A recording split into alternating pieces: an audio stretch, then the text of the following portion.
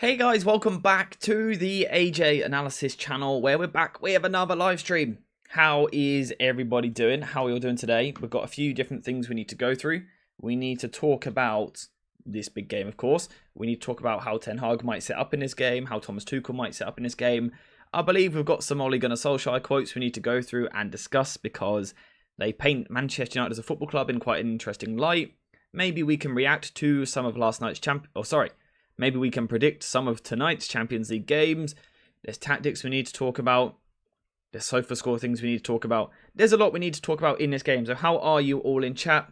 Frank saying today is Bayern's funeral. Maybe. We'll come on to it shortly.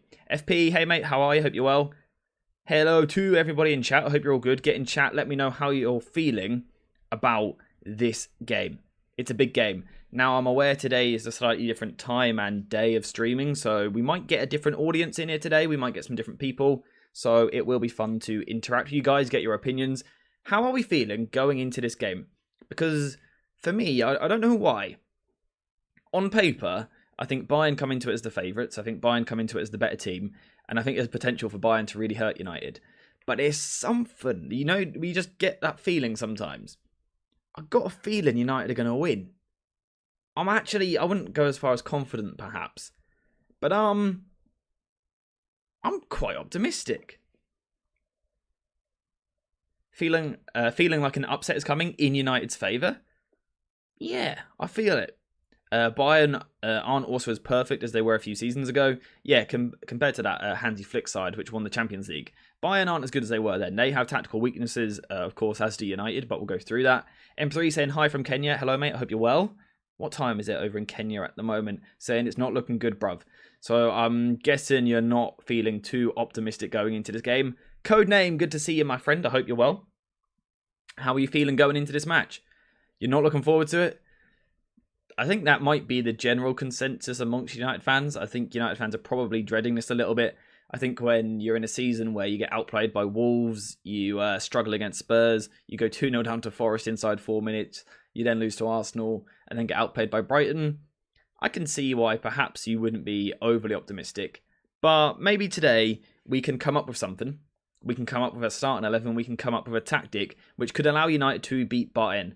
Yesterday I done a tactical preview on the game talking about how I actually think both teams will likely set up. Today we can explore that a little bit more. We can talk about different tactical tweaks which we could see, different personnel, what they would bring to the side. For example, someone in chat there saying they would love for Kundu Palistri to start. Things like that. Who would you like in your starting 11? Who are the guarantees do you feel going into this game? And also, who are you most worried about from Bayern's team? Because the Bayern squad it's a pretty darn decent one.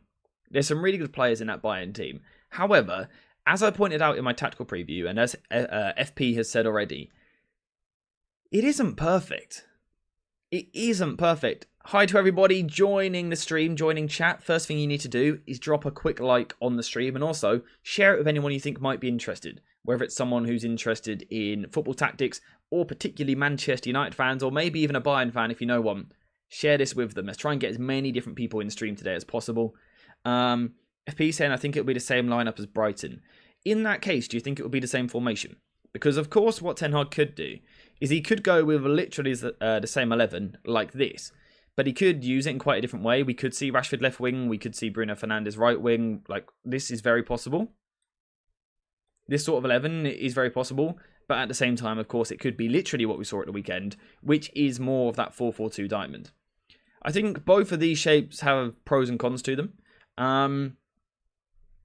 No, please, not McTominay and Eriksen again. McTominay and Eriksen, sorry. FP saying, I hope he reverts back to a 4-2-3-1. So do you think that would mean moving Bruno Fernandes to the right wing? There's also been talks that Rashford might be used in a, quote, new position in this game. Now, what is meant by that, I'm not too sure. Is it a reliable source? Not too sure, again. But it's interesting to kind of think about what that could mean. Maybe that's something we can discuss in stream as well. Is that a move for example, Marcus Rashford into a 10 behind Højlund, maybe? Shame that Mount, Amrabat and Varane aren't available. Yeah, but hopefully, they're all back in training, so hopefully in the next couple of weeks we'll see them. I'm kind of thinking in my head we might see Varane or Mount get some minutes against Burnley. Particularly Mount, I think we could say play that game. and then maybe Palace in the Cup, if not Palace in the league the week after. We could see some people returning. If Rashi is being forced to the right wing, it makes him more likely to pass to Højlund. That's obviously the other option as well. Rashford could play on the right wing, and whilst that wouldn't be a new position for his career as such, it would perhaps still be referred to as a new position because he hasn't really played there under Ten Hag. Rashford, right wing, crossing for Højlund. Definitely could see it. I feel playing Garnacho on the right wing makes Alphonso Davies consider whether to push really high or stay back. I think this is a game of chess that you play against most teams that have good attacking fullbacks, and you'll see it, especially these days, in almost every football match, because fullbacks are one of the most important positions in the world right now, and in the world of football. When you've got a really good attacking fullback like Alphonso Davies, do you put like a really defensive player on that side? For example, could you go Scott McTominay and have him track him all day long, or do you play the game the other way around and you actually put someone like Garnacho there and you try and exploit the space behind him? It's always really difficult to know kind of what side of things you go there. We need to drop back completely. Our players are severely lacking in intensity. Play a low block and hope for the best. I mean, the hope for the best strat probably isn't the best strategy to use. Hopefully we see some tactics, but I do understand the idea of dropping off a little bit. Will Ten Hag do it? I'm not really too sure. Just kind of came to my head there. Can anyone recall what Ten Hag was like away from home in the Champions League with Ajax? Can't really remember it. What if Eriksen is used on the right wing? Yeah, that's another option. Eriksen played wide earlier in his career, particularly for Spurs. It's a position he often played. I think it would be unlikely in this game because I think Alphonso Davies' athleticism, for example, I think is probably just too much. He's too powerful. He's too good a runner. I think Eriksen would kind of be somewhat voided. I don't think you'd get much from him in this position in this particular game. I wouldn't mind experimenting with it in a cup game, for example. I think against Alphonso Davies, though, someone who's going to really bomb forward, it's probably not the best time to play it because I think Alphonso Davies would just tear him to shreds down his side of the pitch. I'm genuinely, I have to be honest, still unsure as to what I would do as a United fan, or if I was United manager, I should say, because I mean, it's probably reflected in my tactical preview because normally I sit here and talk about how United can beat someone, whereas in this one I actually done more of a what to expect. And that's largely because I don't know how United should set up to beat Bayern. So, like I said already, that's what we need to try and figure out here this afternoon. Because we can't go into this game just assuming that United have already lost, because if they do that, might as well not. Ten Hag Ajax was amazing. They defeated Madrid 4-1 in the Bernabeu. Very true. Can you remember what system they used that day? Or how aggressive they were in the press? I genuinely can't remember. I remember watching the game, but perhaps that's something I could look into in the future. Something else I've been looking into, which might interest some of you guys. If I can just find my piece of paper on it here somewhere. Basically, I've been looking into United's corners because United are terrible at corners, right? In the game against Brighton and Arsenal combined, United had 11 corners. In terms of whether United got the first contact in the box or not, there was only one situation out of 11 corners in the last 2 Premier League games where United got first contact in the box. So, yeah, we need to focus on that, and we need to find a way in which United can score more goals from set pieces. Crouchy, right on cue, asks, do you ever look at set pieces? I don't tend to do it in my tactical preview, but in general I do. In terms of like outside of videos I do, it's something that I consider myself. And I do want to get better at my understanding of set pieces. In terms of this game, I'm worried about them because I think this Bayern side is quite physical. If we're looking in the midfield, it's probably why someone like McTominay almost has to play for that physicality. The problem that United have, or certainly one of the problems that they have with set pieces, is it's not a very big side. Whether it's Reguilon or Luke Shaw, they're not the biggest players. Lisandro Martinez, quite short really. Lindelof in this particular team, he's okay in the air, but he's not exactly a target. In terms of this starting 11, Rasmus Højlund definitely brings something in that aspect. But yeah, I am a little bit worried about set pieces coming to this game. Fire the set piece coach immediately? Yeah. I mean, I'm looking into it. Like I said, Forest United had 11 corners, and 4 of them they got the first contact in the box. But on some of them, those are short corners.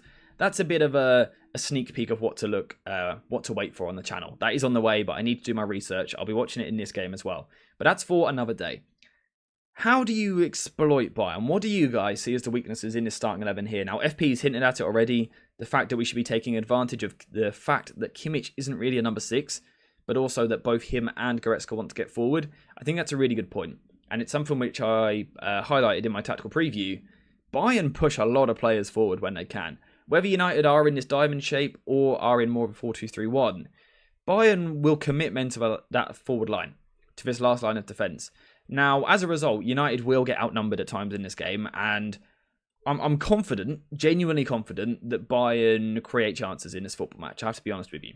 Because we'll have Kane in the last line, Koeman will be there, Sane will be there, Musiala or Muller will be there. Eventually, Goretzka also joins. We also often see at least one of the fullbacks joining. There's a lot of players coming forward there, which is going to trouble United from a defensive point of view, but always you have to look at it going the other way as well. It does potentially leave some gaps. Upamecano, for example, does have mistakes in his game. Can someone tell me Hannibal's number real quick so I can add him to this team so we can talk about him as well? What number does Hannibal wear? I've completely forgotten. You guys in chat will know, I'm sure of it.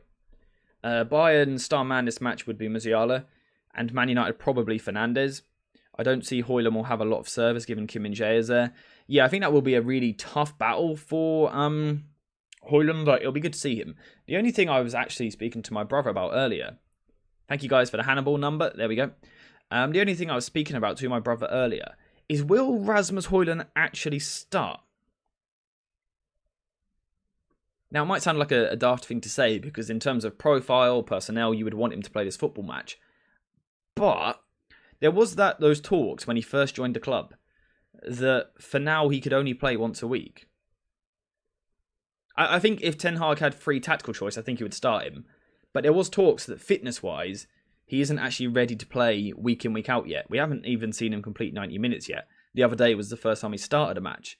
So I wonder if he may not even be able to start. Like FP has said there, I definitely don't see him starting this game and the Burnley game, because I think it'll be too much for him from a physical point of view. So that's also something which Ten Hag has to consider and decide. Is it worth risking him? Because you can't risk these United players too much right now, because if one of them gets injured, who's the backup? So that'll be an interesting decision for Ten Hag. If the team news comes out and Rasmus Højlund is on the bench, don't get on Ten Hag's back. At that point, I would assume it is a fitness issue more than anything. What we normally do as well in these live streams is we go through the starting 11 and kind of have debates on who could play each position. I don't think we can do that. I don't think we can do that today because there isn't enough players, which kind of probably highlights the real problem. And we'll come on to that more so in a second in Ten Hag and the current problems, right? But at the top of my screen here, just off of the tactical board, so you guys can't quite see it, I have 1, 2, 3, 4, 5, 6, 7, 8, 9 players, or 8 players, sorry, all in their genuine position, which, you know, you can nearly make a very decent starting 11 here with injuries to the side. Which, yeah, or players which had certainly been injured at some point this season. I'm only missing a left winger. Can you guys think of a left winger which has been injured this season? If so, I'll add him to the list, because you can make a really good injured team here.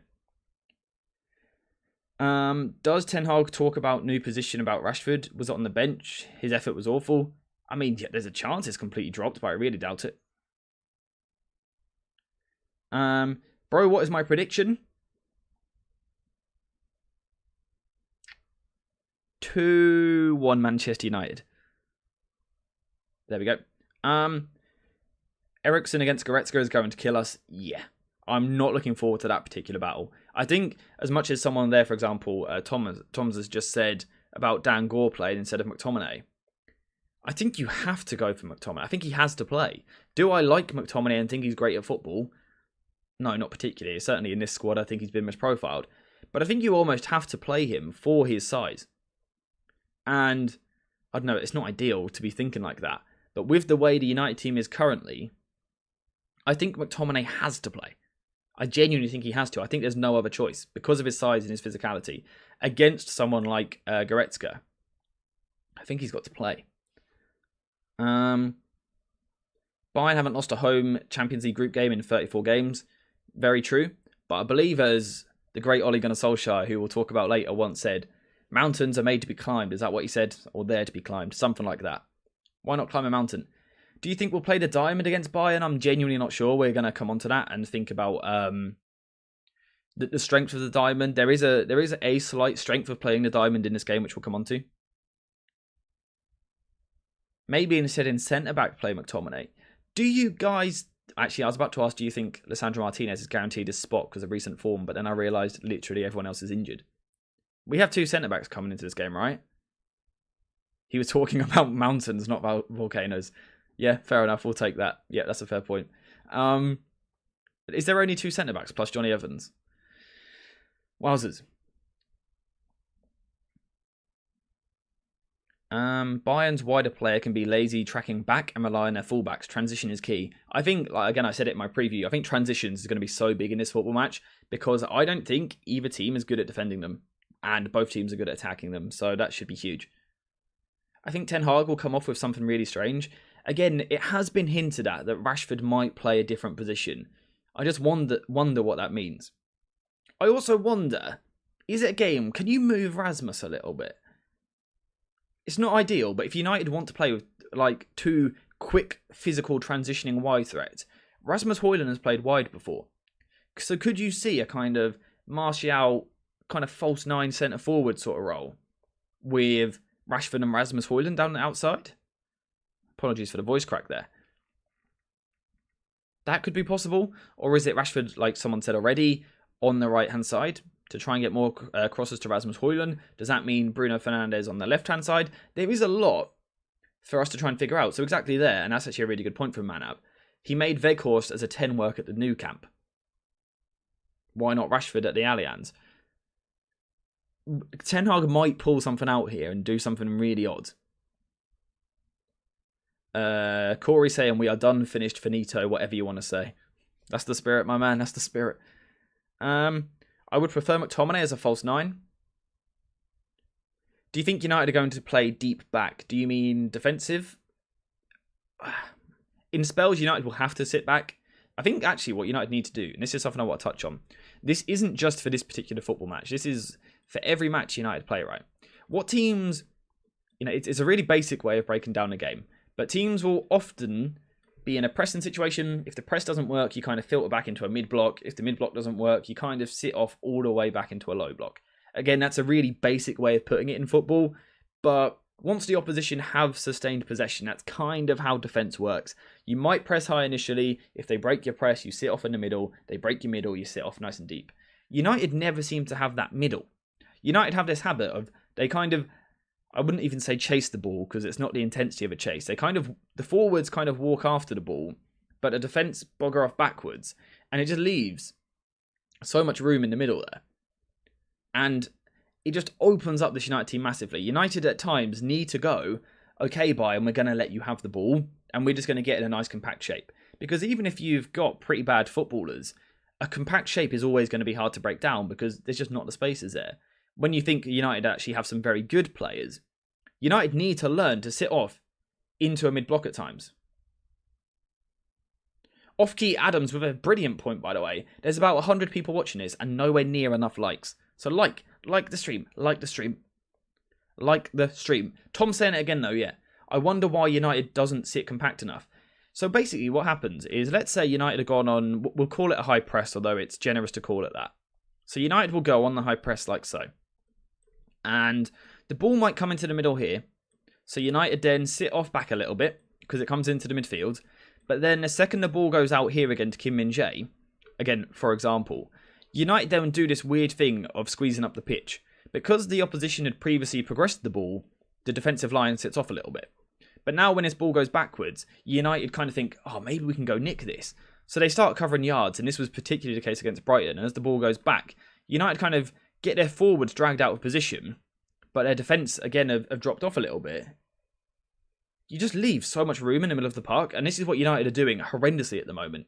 And it leaves the centre-backs, the poor old centre-backs, so exposed. I think Lisandro Martinez has been quite poor at the start of the season, but give him some protection. Put a footballer in front of him who can actually help him out a little bit. So exposed constantly, which just isn't ideal to him. Last season we saw at times a more compact midfield shape when Casemiro was playing well, and Lisandro Martinez looked brilliant. Centre-backs are only going to play well if they're protected.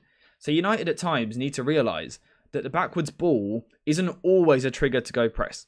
Sometimes United need to go, okay, you can have the ball in that situation. We're going to remain in our compact shape. Come and try break us down. Because we're actually really good in transition. So if you do try and break us down and commit players forward, maybe we can hit you on the break. United have to get better at doing that. I think they would save so much energy. Energy isn't free in football, you know. We kind of sit here, right? It's easy to say as a football fan, on the 85th minute, your team's 1-0 down and a ball goes into a certain area. And you're like, why is that player not sprinting at it? Well, energy isn't free.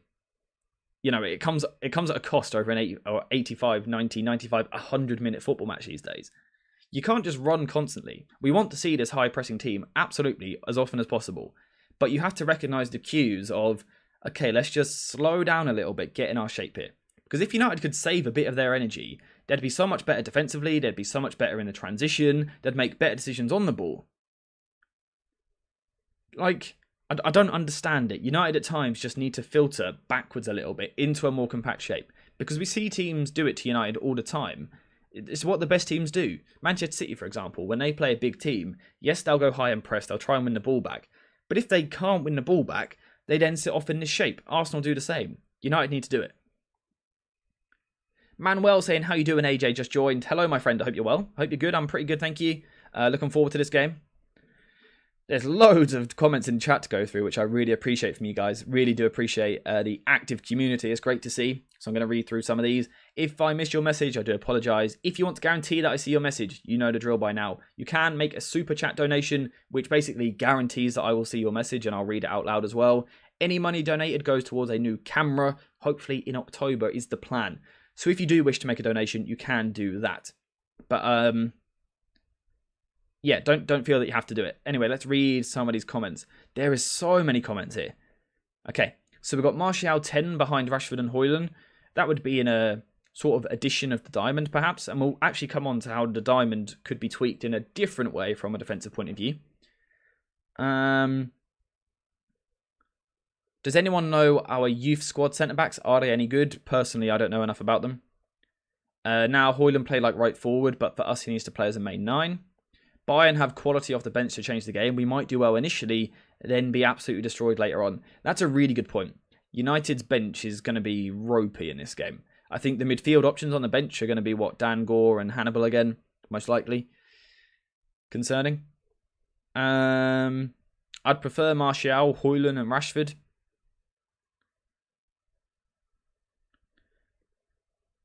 What do you think about Martial 10 behind Rashford and Højlund with Casemiro, McTominay and Bruno Fernandes? Again, I'll come on to that in a second. It would require a good defensive shift from Rashford and Højlund, though, which I'm not sure we'll get. Ten Hag needs to put McTominay alongside Casemiro. We need that physicality in midfield, especially versus Goretzka and Kimmich. I think the other problem is the dribbling ability of Bayern as well, Musiala in particular. We've seen already this season that I don't know if there's been a game where Casemiro has dealt well with the dribble. He needs to be better at it in this game.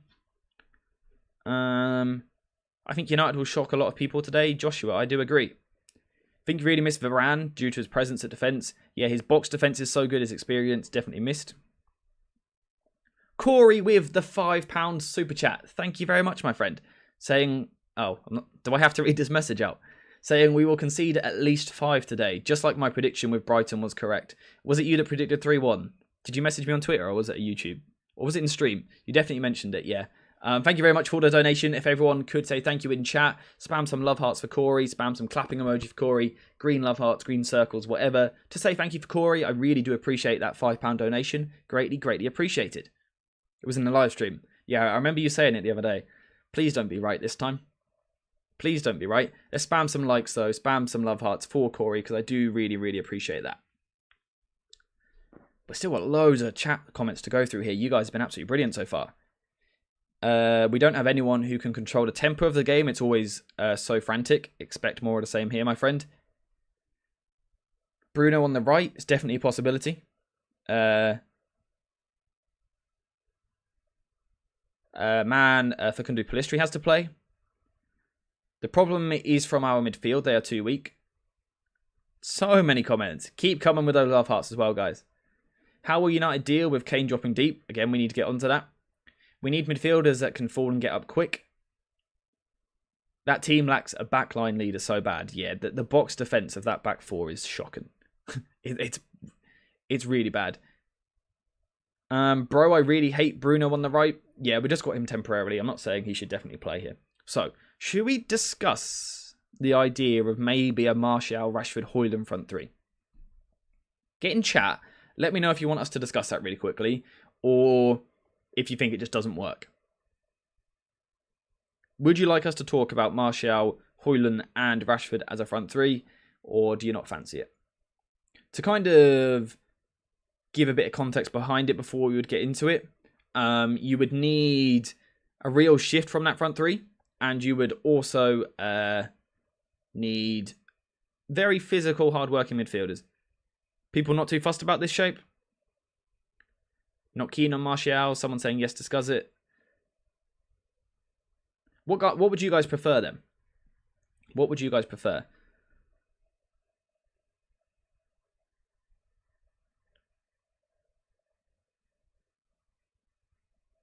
Bochy name means helper of the masses, and hopefully that name would be the helper for us to see through Man United journey. A lovely message again, as always, codename. Hopefully. United need the help. And there's masses of us fans that need help, so hopefully. Martial doesn't have the speed anymore. Would anyone be interested in like a back five or something? I'm going to bounce off what you guys want, basically. Give me something that you would like to look at. Do you want me to look at what Hannibal can bring to the midfield? Do you want me to look at the benefit of playing for Kundu Palistri or Garnacho? Do you want me to look at the benefit of playing Martial up front instead of Rashford, instead of Højlund? You guys basically tell me what you like, and I'll try and bounce off that idea. So we'll start off with the diamond, right? That's where we're going to start. You guys can keep getting your thoughts in the chat, and we'll come on to it. For now, we talk about the diamond. How does the diamond line up? Oh, sorry, Martial, mate.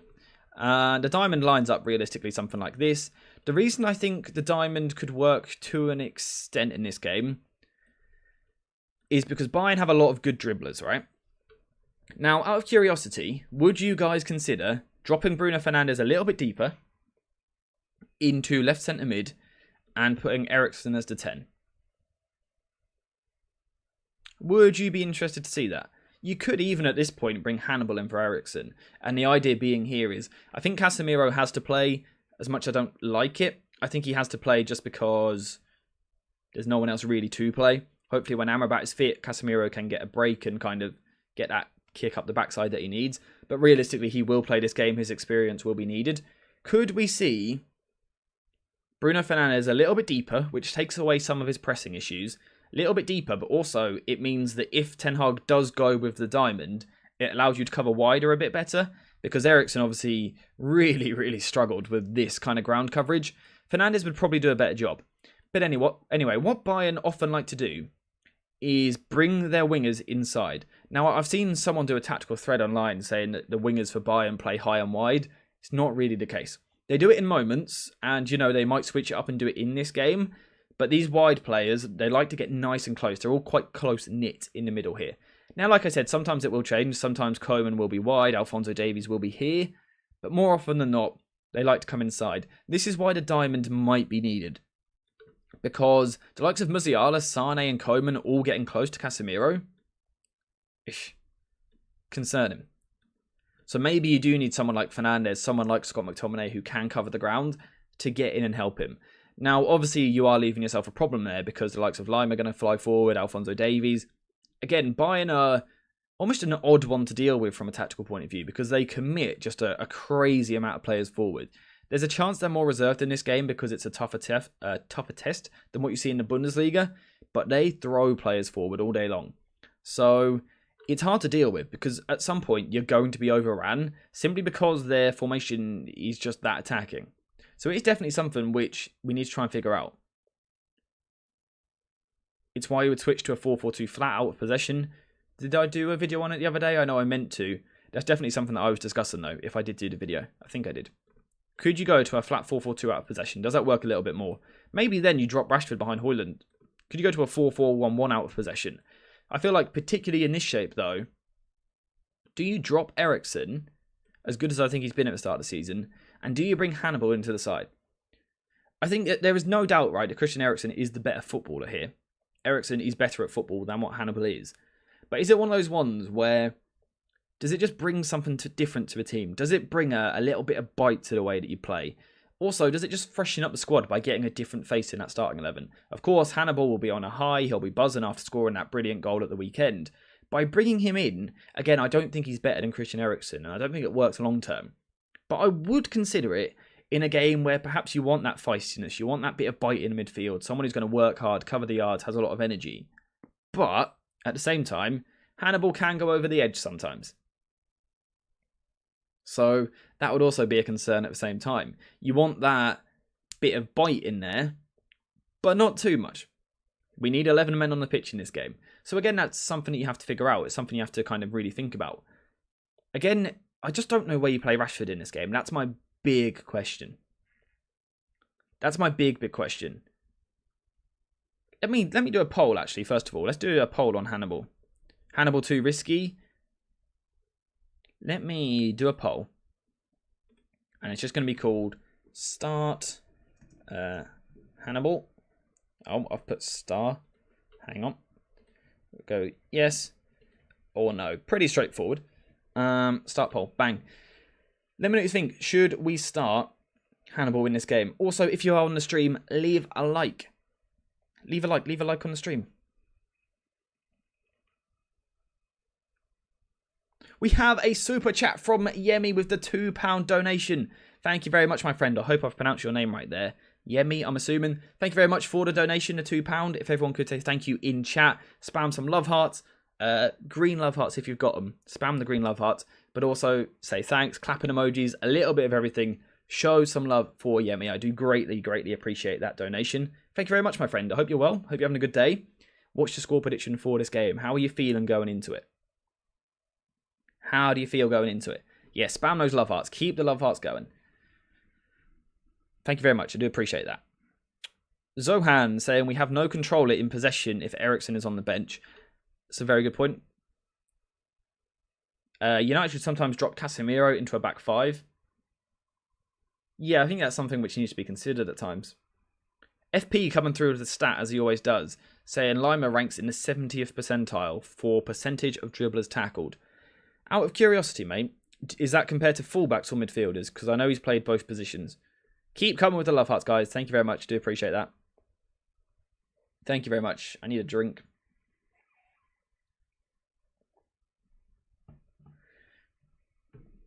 So I've seen a couple of people there. Yemi has just said it. Tom's has said it. A few people have said it.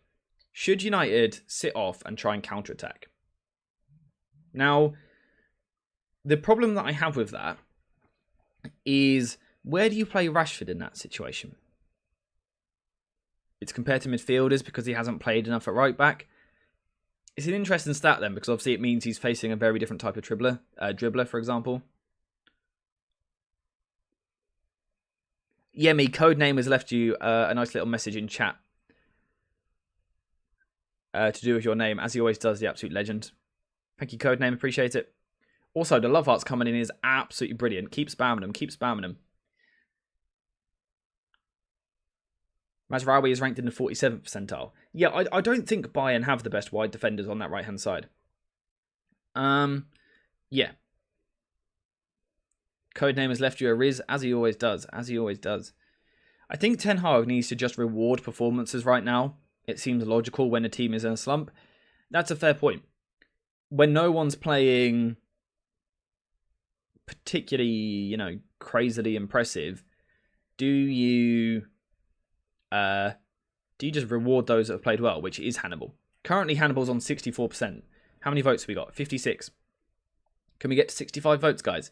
65 votes and we'll close the poll. Has anyone got any reasons in particular for why they would like Hannibal to start? I'm seeing a lot of... Obviously, he's winning the vote right. Let me try that again. He's winning the vote right now. He's winning the poll. Lightning Game has accidentally voted no. But what is actually your reason for starting him? More energy? Someone saying Hannibal fouls will slow the game down for United, which is a very good point. But inexperience could mean he goes too far and gets a red. Possible. Very, very possible. It is something that I would be a little bit worried about. Adds bite and height. Very true. Does anyone know how tall he is? Like, exactly. I would like Hannibal because he has a lot of stamina and energy. He's got that freedom in his mentality still. pressing, more energy than McTominay. Hannibal has more energy, so a lot of you guys are looking for the intensity which he'll bring to the game. The love hearts are still getting spammed, which is absolutely brilliant. I do appreciate you guys. Pro's very active and hard-working on press. Cons, too erratic. So he's around 6 foot. Hannibal's athleticism, yeah, he is a very athletic player. He's not the quickest in the world, but he covers ground well. He does. He's got a good stride length. Hannibal brings energy, means McTominay is not needed, and allows us to keep Eriksen for possession. Apologies if you're now hearing barking in the background. You almost definitely are. They're noisy dogs, but they're cute dogs, so we allow them. Maybe they'll be on stream one day. So the question that I have, okay, let's go to Marcus Rashford. Let's close the vote on Hannibal. You guys have voted, you know, yes, 66%. I'm not sure what the maths is there. What's that, about, I don't know, 23 people roughly have said that. Curiosity Engineering saying, I'm watching from Nigeria. I might be the only one from here. I actually know that I have a decent-sized fan base in Nigeria, actually. But it's great to see you. Thank you for joining the stream. Let me know what time it is where you are right now. It's always interesting to hear kind of what time of the day people are watching all around the world. But I hope you're well, my friend. Your combined 11. We're not going to discuss that today, but that could be a really cool concept to do in future streams. I haven't got it prepared today, but we could do that in the future. I like that idea. I'll make note of it. Hey, we've got Blazin watching from Nigeria too. Lovely stuff. He is good on and off the ball. The problem with Hannibal is he'll be relying too much on emotion. So it's just go on one... Oh, so it's literally the same time as what it is in England. Nice. Hannibal long shots are really good. Yeah, possibly. I mean, we saw it at the weekend. They looked pretty decent to me. So let's get on to Rashford, because I keep trying to lead to this point. There you go. We've got loads of people from Nigeria in the stream, which is great to see. Moved to my flat for uni. Can see Old Trafford from my window. Lovely. Lovely, lovely, lovely. A nice view of a stadium which needs some work. We shouldn't start McTominay because it'll make Tuchel not want him anymore. Yeah. Chris, the only one. Good to see you, my friend. I hope you're well. Just joining the stream. I hope you're having a good day, mate. How are you feeling going into this game? Okay, let's figure something out for Rashford. Where would you guys start Rashford? I'll tell you what. We'll get a poll up to start off with. Rashford position. Now, if anyone says bench, I mean, you can argue it, but it's not going to happen. He will play. So we're going to go. We'll call it left wing. We'll call it striker. We'll call it right wing, and we'll call it the 10, all right? Because I hate the term cam and CDM, the two worst terms in football. There we go. So that poll should now be up. Rashford position, left wing, striker, right wing, or the 10. Hannibal for sure will play. AJ, I did also say we would score a banger against Brighton as well as the 3-1. But I thought it would be Højlund, not Hannibal. That's not a bad prediction then. Can you predict we win this game, please? Please. So when I'm saying striker, by the way, with Rashford, let's assume it's with Højlund in the front two. I'll tell you what. Keep voting. Can you change your vote on that poll? Or once you've voted, are you stuck? Maybe what we'll do, actually, we'll run that poll now. We'll close it in about a minute's time. Then we'll discuss Rashford in each of those positions, maybe what he would bring. Then we'll start another poll to see how the results change. That's what we'll do. That's a plan. So we're currently on 56 votes. If we can get that towards 75 votes, that'd be great.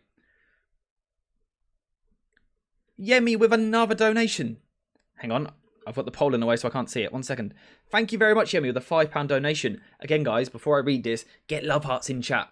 Love hearts, clapping emoji. Say thank you to Yemi. I do greatly appreciate it. Thank you very much, my friend. Saying, I think Casemiro needs to play in a pivot. Most CDMs are playing in a 2 or have an inverted fullback playing beside them. He needs help in there. Well, first of all, thank you very much for the donation. I do greatly appreciate that. But I completely agree with your point. I've been quite critical of Casemiro at the start of the season. I think he's not playing well enough. But also, a bit like the centre-backs, he does need some help in there. He really does. Like you say, a lot of clubs at the moment will invert a fullback. For example, with Arsenal, Declan Rice gets Zinchenko at the moment inverted next to him. It just gives him a little bit of help.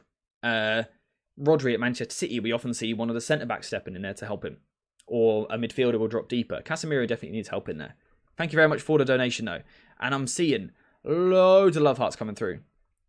DSM7R saying, I'm top of your FPL league. We will be discussing a bit of FPL this weekend, I think. on Friday's stream. Congratulations at your top, though. Stay there till the end of the season, and you will be getting yourself a free mystery shirt. My FPL is going horribly. I think I've had 8 injuries in 5 matches so far. Great stuff. Okay, so what we're on... We'll close the voting for Rashford here, and now we're going to talk about him in a few different positions, all right? Because loads of people are saying different stuff. The love hearts coming through for the donation right now for Yemi are absolutely brilliant. So thank you very much, guys. Thank you, Yemi, for the donation. Thank you, everyone, for showing some love. Love hearts help for the stats too. I don't actually know, but I just like it as a nice way of saying thank you. I don't actually know if it helps the channel or not. But they are being spammed, which is lovely. There is so much to read through here. Okay, we're going to go on to Rashford, and then like I said, maybe we'll open up the vote again. So remember, at the moment, we've got Rashford on 77%, right wing 12%, striker 6%, the 10 4%. So let's start with Rashford on the left wing. We all know what Rashford's going to do if he plays left wing in this game, right? In terms of on the ball, he's going to be the biggest threat probably on the pitch. Up against Lima, up against Mazraoui, whoever it may be. Granted, they're 2 very good footballers. Defensively, I'm not sure they're the best 1-versus-1 defenders in the world. Lima's probably a little bit better, which means he probably gets the nod from Tuchel and probably starts this game. But we know what you get from Rashford on the left-hand side. He's going to look to beat his man, and then as he gets towards the final third, he wants to cut inside onto that right foot and try and get shots at goal.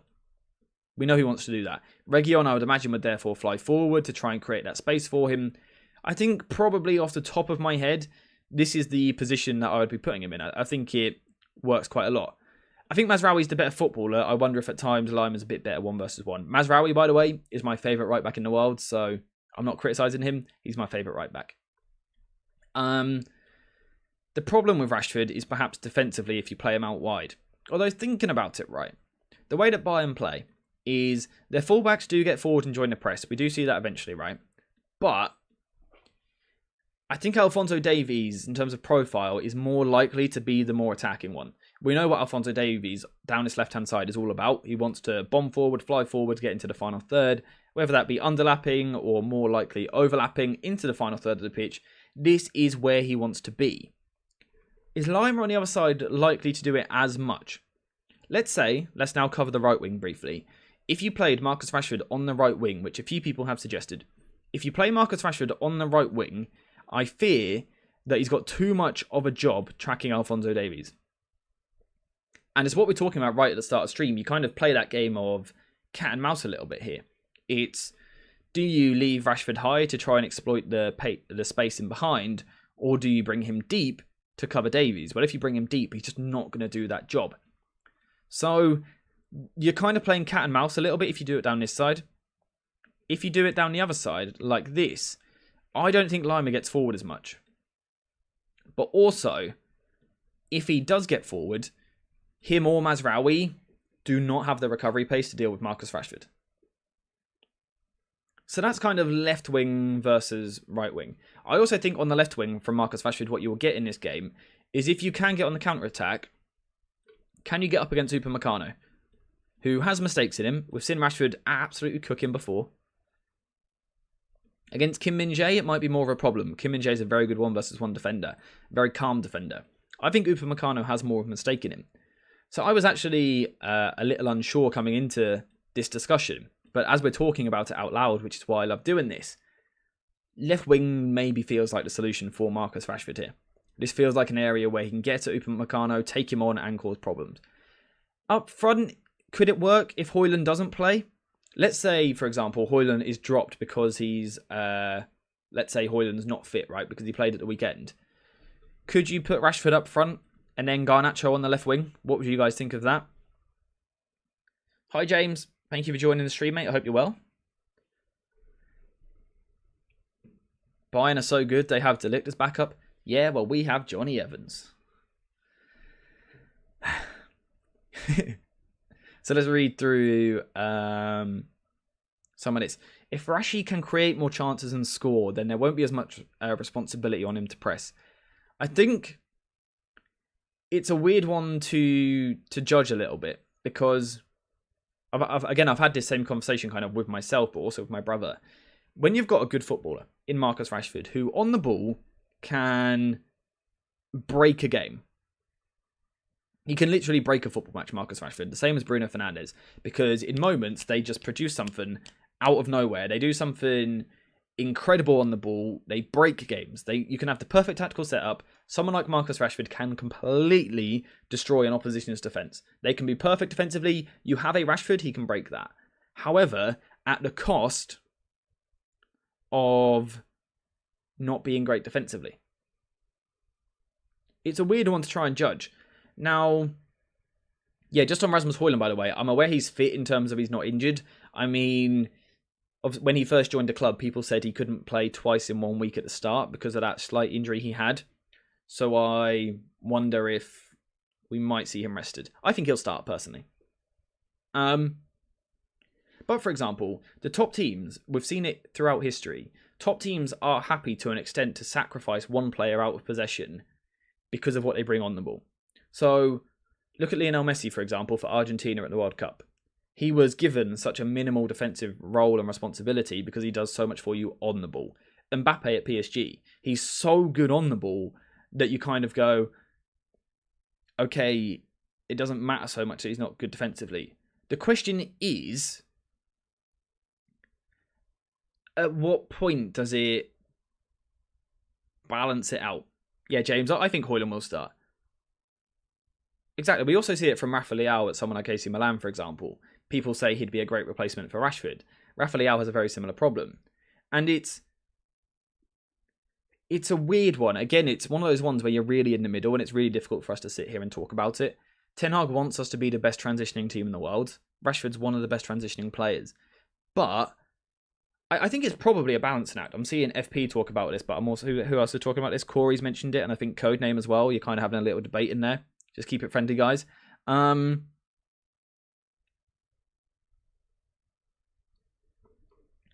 think it's somewhere between the two. I do think that someone like Rashford is that good that you keep him in the team, despite the fact that he doesn't work that hard. Because like I've said, the team can have the perfect defensive structure, but a Rashford can break them. But I think he has to do more out of possession still. I think it's,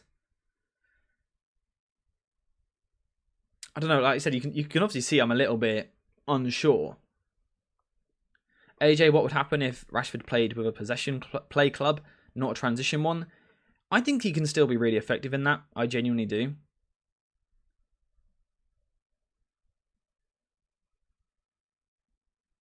There's a lot of, sorry guys, I'm a bit quiet. I'm just reading through chat here, trying to kind of go, make sure I see everything.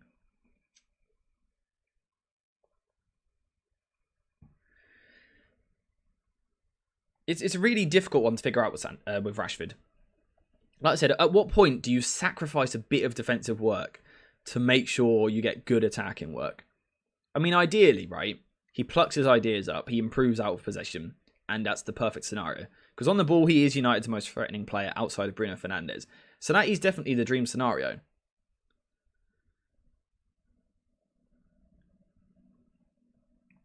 This is a brilliant question, which has just come through from FP.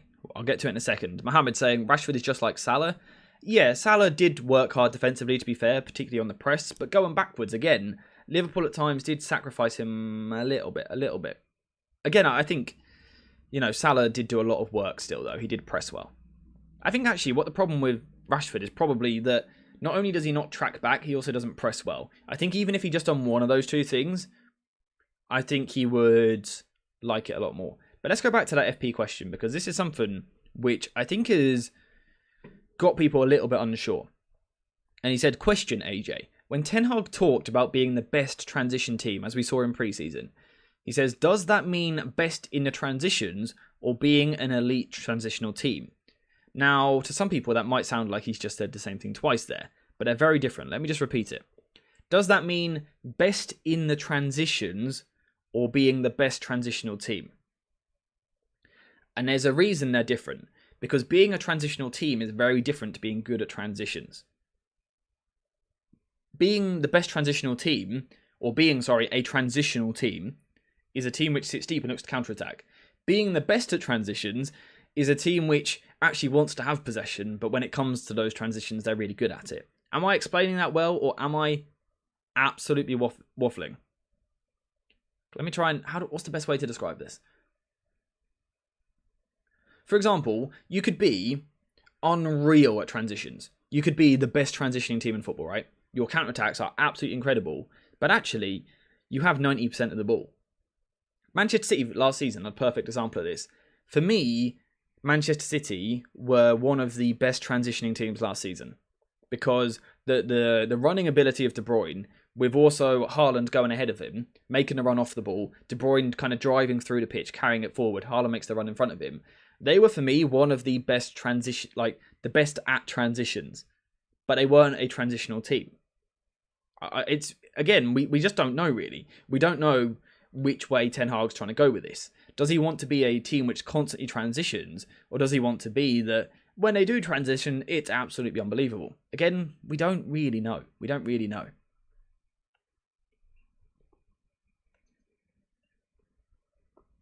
I think United are kind of desperately looking for a balance, which they're just not striking at the moment. I think the big thing is United have to slow down. It's okay trying to be unreal in transition.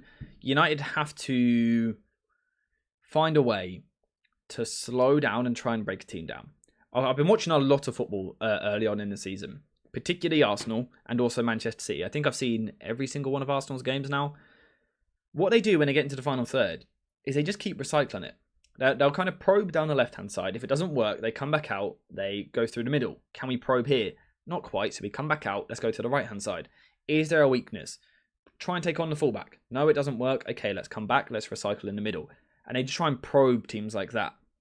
United, what they do is, let's say the opposition are behind the ball. We'll see, basically, United will build the ball down the right-hand side like this. Kind of ignore the personnel for this, but United will build the ball down this side. They'll go, okay, let's cycle it in here. Okay, can we cross it in there? No, okay. We'll cycle it one more.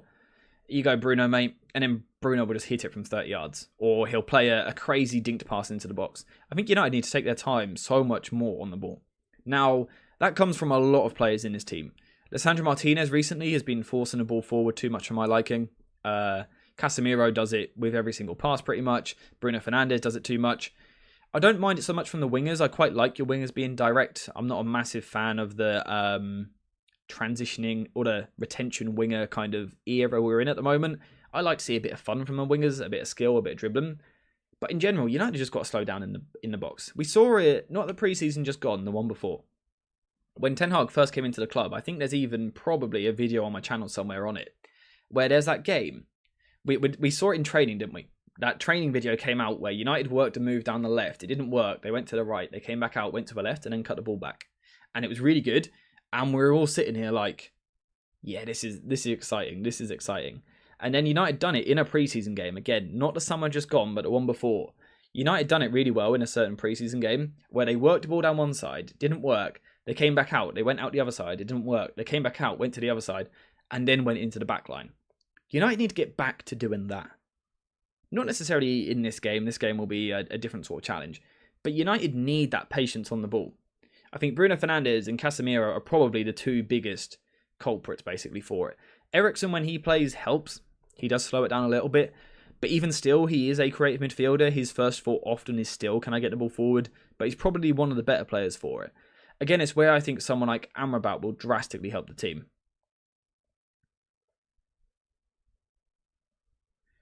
What did you think of Hannibal? It was kind of hard to judge Hannibal too much the other day because of the state of the game. Game state is such an important thing at elite level football. It's really difficult to judge how a player, what the level of a performance is when you're 3-0 down and everyone else around you is playing genuinely terrible. So it's a weird one to judge. I mean, you probably can't ask for too much more from him. Sorry, I think actually a bit more work rate still would have been nice from him. I still don't think he set the world alight in that manner, but yeah, I thought he was pretty decent. So yeah, it is a bit similar what we were talking about earlier, the transitions to Real Madrid compared to City. City dominate the ball, but when they transition, they do it very well. Madrid in big games are actually happy to sit a little bit deeper, then pounce. I sort of Crystal Palace and Melbourne City. Good times. You're right. That was the exact game. Yep. Our attackers are too impatient. That's why we still do not have a register or volume playmaker to dictate players either quick or slow. Yeah, again, I think this is where Amrabat will come in, and someone asked it a second ago. Did you read that United staff apparently don't think Amrabat will succeed? Honestly, this might be is it a questionable opinion? Possibly. If the United recruitment team don't think it will work, it's probably going to work. Yes, you're picking up what I'm putting down here. If the United recruitment team don't think it will work, it's probably going to work because they're not very good at their job. I think the scouts at United are brilliant. I think the scouts find players from all around the world. I think the actual decision makers on who actually goes and buys players, I don't think they're very good. We obviously saw it. Let's quickly talk about it. From Ole Gunnar Solskjaer this morning. Have you guys read the quotes? He wanted Caicedo before he moved to Brighton, well before he moved to Brighton. He wanted Bellingham while he was still at Dortmund and would have costed... No, he wanted him at Birmingham, sorry. Before he went to Dortmund. I think... who else did he say? He wanted Haaland before he made his Salzburg debut. He wanted Declan Rice. You know, he was asking for the right sort of players, but the recruitment team was saying no. So this isn't a scouting issue. I think United are a big enough club and have enough scouts that I think United are probably aware of most talents in the world. Realistically, most of them. Now, this is literally what Solskjaer was saying this morning. These are Solskjaer's quotes from this morning. He has said that he wanted those players. So I think Solskjaer I think the scouts find the players. The recruitment team just don't seem to give that final yes, we're going to buy that player. They want the solution in the now. That's something else that Solskjaer was saying. That it felt like United were trying to fix the problem, like a quick fix there and then, rather than what's going to work in 4 years. And that's a problem. Well, Ten Hag is a key decision maker on who comes in, so it means he has a horrific eye for talent. I think he has too big a role in that, Ten Hag. I think he should have less of a role in recruitment because ultimately it's not his job. He's a football manager. He isn't a scout. He isn't a head of recruitment. So I think better people need to be above him. At the same time, I don't think they're all his signings, truthfully. If Ole Gunnar Solskjaer wanted all those players and didn't get them, what's to assume that Ten Hag definitely wanted all of these players? You see what I'm saying there? We kind of at the time, a few years ago, we were like, well, Solskjaer is signing awful players. But then actually it comes out he didn't want those players, he wanted other people. Louis van Gaal said it. He said that when he was at the club, he was always given his 6th or 7th option. We know that Ten Hag wanted Frankie de Jong. Ten Hag wanted Kim Min-jae. Ten Hag wanted Harry Kane. So I think Ten Hag needs a step back from recruitment and there needs to be better people above him, a proper head of recruitment, a sporting director, and the whole club needs to be fixed well above him. But I also don't think it's all on Ten Hag either. I think it's a in the middle thing again. Do you think United can win against Bayern? Yeah, I do. I don't think it is really Ten Hag's fault that his role is so big. Yeah, again, I just don't think it's his job. At Ajax, he didn't have that job. He had Van der Sar and Overmars and Van der Sar above him at Ajax, which helped with a lot of the recruitment rather than Ten Hag. Something else which Ole Gunnar Solskjaer said, which I found really interesting, and Ten Hag will find this interesting, is that a lot of players were offered the armband at United, and a lot of them turned it down. And Maguire was the one who took on responsibility and said, yeah, I'll do it. So that's actually earned quite a bit of respect from me for Harry Maguire. It makes me wonder, though, who are the players that turned it down? Who turned down the armband? Because I think it maybe says something about the personality of certain players at the football club. Perhaps they're players which are gone now. But it is interesting. It's an interesting thing to hear, and it makes me respect Maguire. Listen, AJ, I think we don't know how to develop a player. We are really bad at it. I don't think if we had these players, they would be as good as they are now. Oh, absolutely, I agree. I think those players all made the right decision by not going to United. In the case of Bellingham, especially. So, yeah, I do agree with that. I think individually the players made the better move for their career. But I think, again, that says everything about United. Everything about them. Solskjaer said something else this morning. He said, back in the day, the best young players in the world were Rooney and Ronaldo, so United went and signed them. These days, United can't go do that, which, again, says something. But again, that's not just Ten Hag, it's the whole football club. And that's what I was saying after the game the other day. It's a structural problem from top to bottom. And bottom to top, and top to bottom, and bottom to... There's problems throughout the football club. It's not just the manager doesn't get the best out of the players, for example. Are they given the best environment, the best facilities even? There's so much stuff which I can't even be bothered to get into because it's crazy. At Ajax, they had a threesome board/council deciding on all transfers. Overmars, Ten Hag and Bergkamp until Bergkamp left. Then it was only the two of them. Yeah, like I said, that was big. That was big.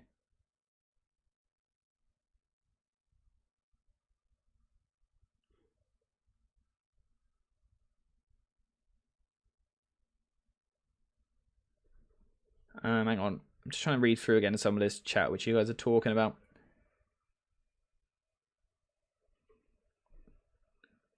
It's so sad because we used to be the best in developing players like Rooney and Ronaldo. Yeah.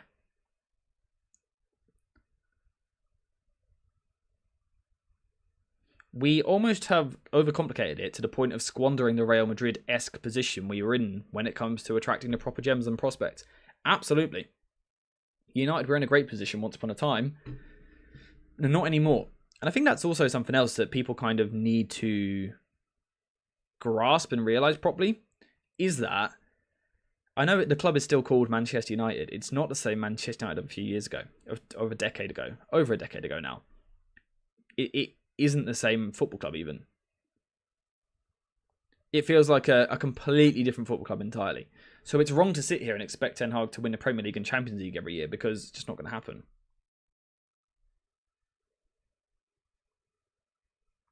Oh, I've just had some bad news that because of the weather where I am, a wire of some description coming to the house has gone down somewhere. So there's a chance we randomly get kicked out of stream here. Hopefully we're okay. At the moment, the internet is still holding up. But stuff might get turned off if they need to fix it, so I do apologise for that. We've become 2018 Barcelona, and they're still facing the problems many years later. Anyway, let's get back to United versus Bayern. We've gone on a little bit of a tangent there. What are our solutions to fix certain problems? I actually think my biggest fear in this game, I think United will be quite good on the ball. I think United will do quite well, because I think Bayern are decent defensively, but I don't think they're the best in the world from a defensive point of view. I think we spoke about it earlier. Kimmich and Goretzka are not sixes. They're not ball-winning midfielders. They're great players. Kimmich especially is one of the best in the world. But they are not deep ball winners. They aren't that. So United could exploit that in the counter-attack in transition. Yeah, don't worry. I know we had too many players on the pitch there. Do we still have too many? We do still have many. Let's take Garnacho out. My concern going the other way is Casemiro. And I don't mean actually Casemiro as an individual. I mean him in this structure. Because he isn't very mobile. He's not very good in 1v1s, it seems, anymore. Sane, Musiala, and Kingsley Coman, or it might be Serge Gnabry, which highlights the depth. Could be Thomas Muller. They're great dribblers in there. They are great dribblers in these areas. Casemiro needs some help. Casemiro will be fine if we play a double pivot. Fair enough. Who would you put next to him? Would you go McTominay for the physicality? Do you go, where is he? Eriksen for the ball playing ability? Who do you go for in that double pivot? Make me a midfield, guys. Let's do a poll. So we'll title it Next to Casemiro. You think Gnabry will start, not Coman? Yeah, quite possibly. Let's go for Eriksen. Let's go for McTominay. Let's put Bruno Fernandes in this as well. See if Bruno could maybe play deeper, although I think it's unlikely. Is there anyone else? I don't think Hannibal will play in a double pivot. I don't think there's any chance of that. I think he'll play further forward. I think that's it, right, in terms of options. We can add Hannibal, but I think he'll play further forward. Okay, I know what we'll do. We'll change it to next to Casemiro and Fernandes. So complete the midfield three, basically. Now we'll put Hannibal in it. Bosh. Hang on. Dan Gore, as good as he is, I just don't think we'll play this game.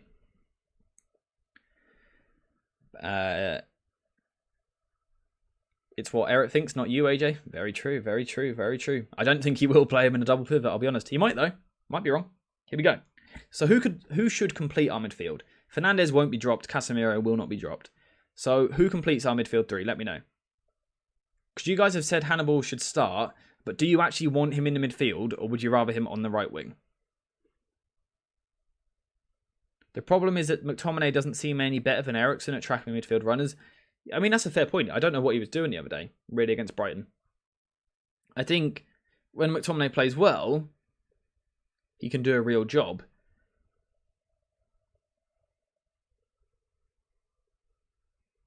But yeah, he's not tracking runners at the moment. He's always not using his physicality as well as he should. We need to try and assemble a starting 11 here. Can we try Martinez at pivot with Casemiro, please, just once? It's actually a idea that I would like to see the team experiment with. I would like to see that. The problem is, who do you then play midfield? Oh, sorry, no. Who do you play centre back? Johnny Evans? Apologies, pardon me. I wish we had Kobe Mainu. Yeah, me too. Although I will say, I think we need to relax on Kobe Mainu a little bit and not put too much pressure on him. But yeah. If we leave the wide regions for the Bayern wingers to run at our fullbacks, we'd be doomed. That's the problem if United go for a diamond. Let's say United went in this shape. I think it would be scary how easy Alphonso Davies in particular would get forward. We saw the problem at the weekend. If United try and squeeze in a diamond, the ball can just be played out to Alphonso Davies. Now, Hannibal or whoever it might be able to cover this, but then you're freeing up Goretzka.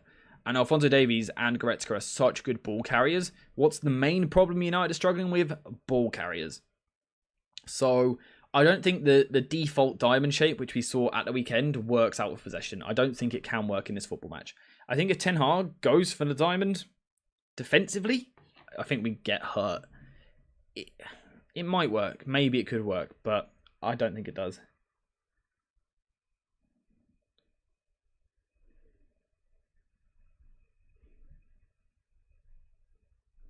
Sorry, I thought I saw some news on my phone there, but I was reading it wrong.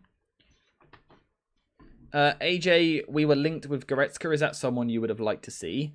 Goretzka's a player that I always used to rate, and I haven't watched Bayern enough in the past 12 months. A lot of people don't seem to like him anymore. And I don't know why. I don't know if it's something which he's done wrong in particular or what it is. A lot of people say he kind of goes missing in games, so it'll be interesting to see. Yeah, Mount is still injured in the sense that he's fit enough to train, Mason Mount, but I don't think he can start. We might see him get some minutes. We might see him play at the weekend, but I think he only returned to training yesterday, right? So I think it would be kind of crazy to bring him straight in. Musiala is one of the best dribblers in the world. He's going to haunt us. Yeah, I'm terrified of Musiala. His confidence as well is freakish. Yeah, such a confident young lad. Incredibly good at football. As an Englishman, I wish he had chose to represent England at international level. He is scarily good. Scarily good. Up there, nearly Bellingham level for young talents. Such a good midfielder. The problem with Goretzka is he sometimes forgets he is on the pitch. That's quite a criticism. Do you mean like in a McTominay sort of way? Yeah, Pap said as well. Bayern fans seem to have turned on Goretzka. So it will be interesting to see what he brings tonight. Is Musiala injured? Toms has said it. Does anyone know? So, Ten Hag 7 saying flat 3 in midfield.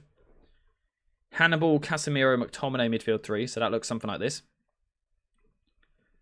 Bruno ahead and Rashford, Højlund front 2. So this is what you would go with. Fair enough.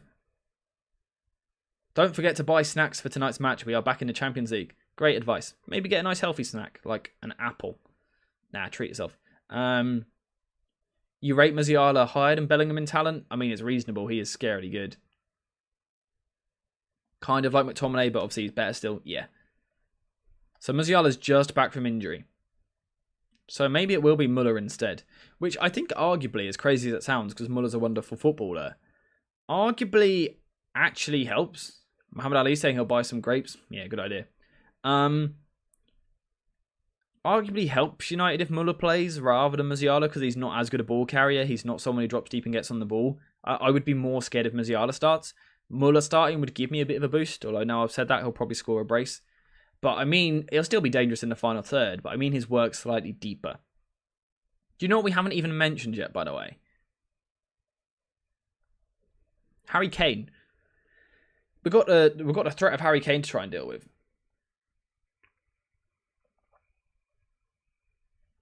Codename then asking it, yeah. Harry Kane dropping deep could be a problem. Because we saw it last season for Spurs, right? Harry Kane dropped deep really well. Lisandro Martinez actually followed him really well. But Spurs then had runners, the likes of Heung-min Son. Varane covered that space really well. Is Lindelof going to do it to the same level? Especially, right? This is what I'm scared of. Kane drops deep, draws Lisandro Martinez, Muller goes the other way.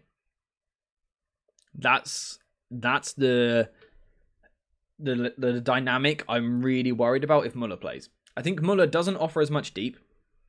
You know, he's not as good on the ball in these areas. He's not a dictator of play. He's not someone to really carry the ball forward through the pitch that much.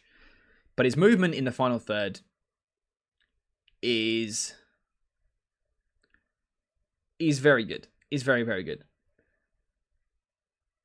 Kane and Sane work very well, so we need to watch both well. Reguilon will have issues with Sane. Yeah, I think in terms of skill level, there's a slight gap there as well. A bit of a mismatch. Sane up against Reguilon. I think that could be a problem for United. I think there's a lot of problems all over the pitch for United in this game. I think if United had their full squad to choose from, I would actually be really confident going into this that United might edge it.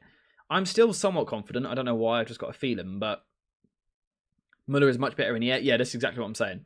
I'm saying in the final third, Muller could terrorise United. That is what, yeah. I'm saying he's not as good deeper, but in the final third, Muller could cause real problems. Ten Hag defended with a 4-1 at Ajax. We could do the same. The problem with that is I don't think Rashford does that job. Because it's something that I want to suggest against Brighton as well. That in certain games, can United drop into this sort of shape like this? The personnel don't matter so much, but this sort of shape defensively. But Rashford just doesn't do the job. But someone did ask, can we take inspiration from Bayer Leverkusen on Friday night, who of course got the 2-2 draw? And yeah, possibly we could. So how did Leverkusen defend? Well, Leverkusen were actually quite intense with the way that they pressed. But what they done, interestingly, was they actually started the game quite poorly. And who was it? Who was always... I can't remember who it was now. But there's a player that was always the spare man for Bayern in that first 20 minutes. Alphonso Davies was always spare, which is obviously a problem. So Alphonso Davies was regularly finding room as the spare player for Bayern and able to get on the ball. That caused a problem. What Leverkusen then done was move to a 4-4-2. So they started as a back five, Leverkusen. Leverkusen started in like a kind of like a back three sort of formation with wing backs. What they eventually done was change to more of a 4-4-2, and they pushed Frimpong into a right midfield position. So he was no longer a wing back; he was actually a wide midfielder, and that actually allowed them to deal with Bayern much better. So could United kind of take some inspiration from a 4-4-2? Could we do something like this out of possession? Could this work? I think if you're going to do this, you need, again, a bit more from Rashford. Especially if you're going to press high, you need some real quality on this. It does allow United to potentially go man for man. In a 4-4-2, you could literally go 1 versus 1 all over the pitch. McTominay against Kimmich.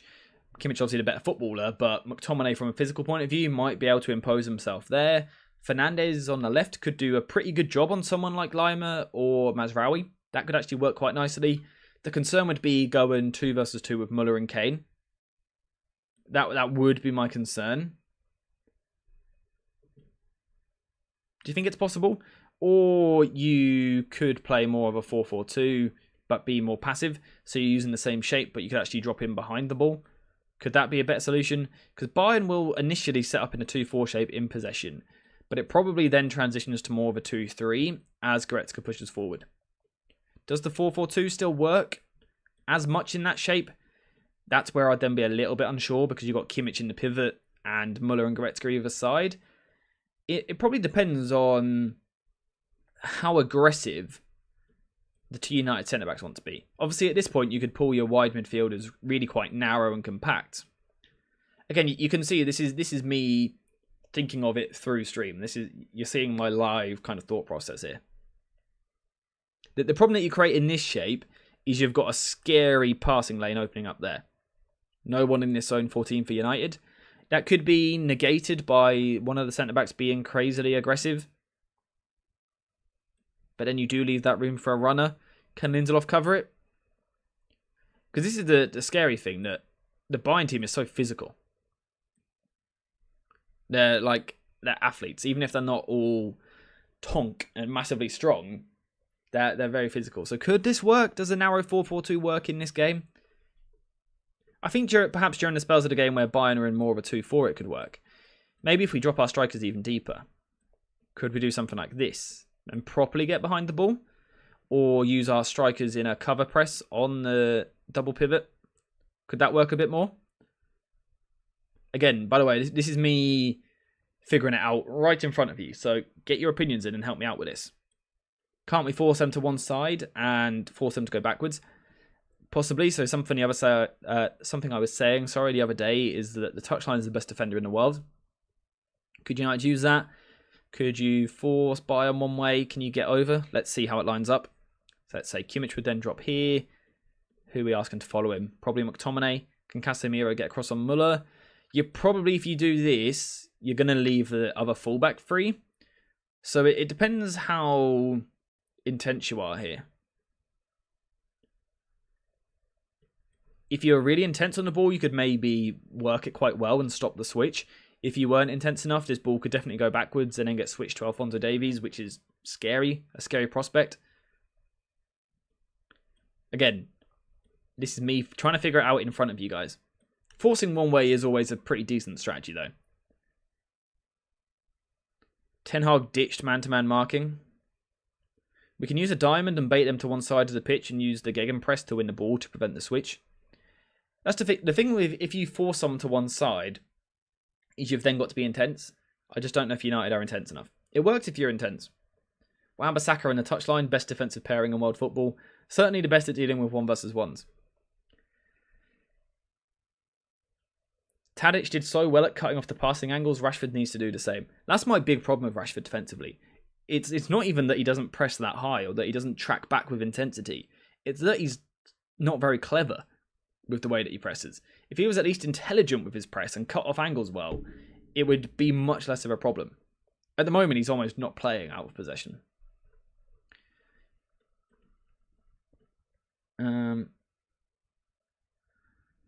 Barcelona 2, Bayern 8, lol. Let's not see a repeat tonight. Lack of footballing IQ from Rashford. Yeah, that is the problem. Upamecano and Kimmich are the ones building from the back, so they need to be pressured most. The problem is in Kim Min-jae, they've got a real good ball player here as well. We lack the physicality to pull this off. That's the other problem. What do you think Casemiro versus Goretzka would be like as a matchup? Goretzka's obviously a strong, powerful runner. Do you think he would kind of breeze past Casemiro, or do you think Casemiro's got the physicality to get close to him?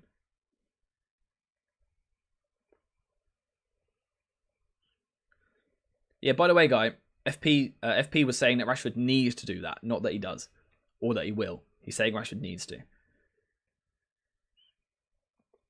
Manuel saying I don't want to spam, but if you read this, I have a bit of news. Let me know your news, my friend. Goretzka is really good at progressing the ball. He is a good ball carrier. I think it's more we lack intensity than physicality. Okay, so maybe that's the bigger question. Would Casemiro bring the intensity you need in this area? Casemiro on his day would not be worried, but this season I'm scared. I'm trying to think, can United do the 4-1 job? Because we could put Goretzka up against McTominay, which suddenly looks like it suits United a lot more. Let's do this. Let's try and switch to a 4-1-4-1. And we're going to take a risk here. Now, again, I'm not saying this is what United should do. I'm trying to figure it out. Do we play this game of cat and mouse up here? Where we're going to say, if you want to push Lima forward, you can do that, but boy, oh boy, we're going to destroy you on the counter-attack. Or does Rashford track back, or does Lima stay back? Maybe we're going to bear with and play that game of cat and mouse here. We get Casemiro maybe on Muller. Does that make more sense? Does this make more sense? Does Casemiro on Muller seem more logical? Because Muller's not physical. He's good in the air, but he's not a physical specimen. He doesn't really drive through the pitch. He's not particularly strong. Does this work for you guys a little bit more? We like that more? This is better. Yeah, that makes more sense. Let me know what you think, guys. Let me know in chat. Again, I haven't done actually. I've looked at Bayern, but I haven't looked at how to try to beat them before. So let's figure it out live. Yes and no. Muller movement could drag Casemiro out of position. That's true. Very true. Muller's movement is good. But could that be actually a good thing? Because if Muller runs forward, could Casemiro actually drop and form a back five? Obviously, someone like Muller's movement is always going to be good.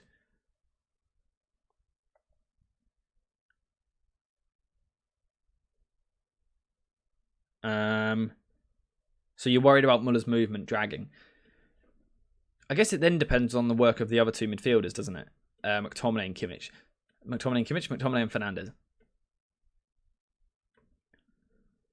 I'm also not convinced by Hannibal right wing, just because it's Alphonso Davies. Who is our...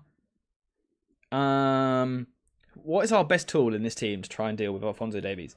At Ajax, Edson Alvarez man-marked the opposing attacking midfielder, so Casemiro could do that job, while Bergwijn tight marks their playmaker. Essentially, it's a mix of blocking passing lanes and keeping control of their direct marker.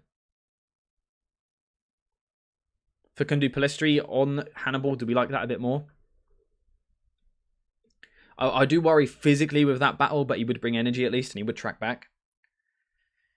That's the other big thing. We don't know if it's going to be Muller or Musiala, because they're very different threats. Musiala against Casemiro, mismatch, Musiala wins all day long. Muller... Did I say that right? Musiala, big problem. Muller, I think Muller could be dealt with more by Casemiro. Let's keep trying to figure this out, guys. We're going to come up with something here.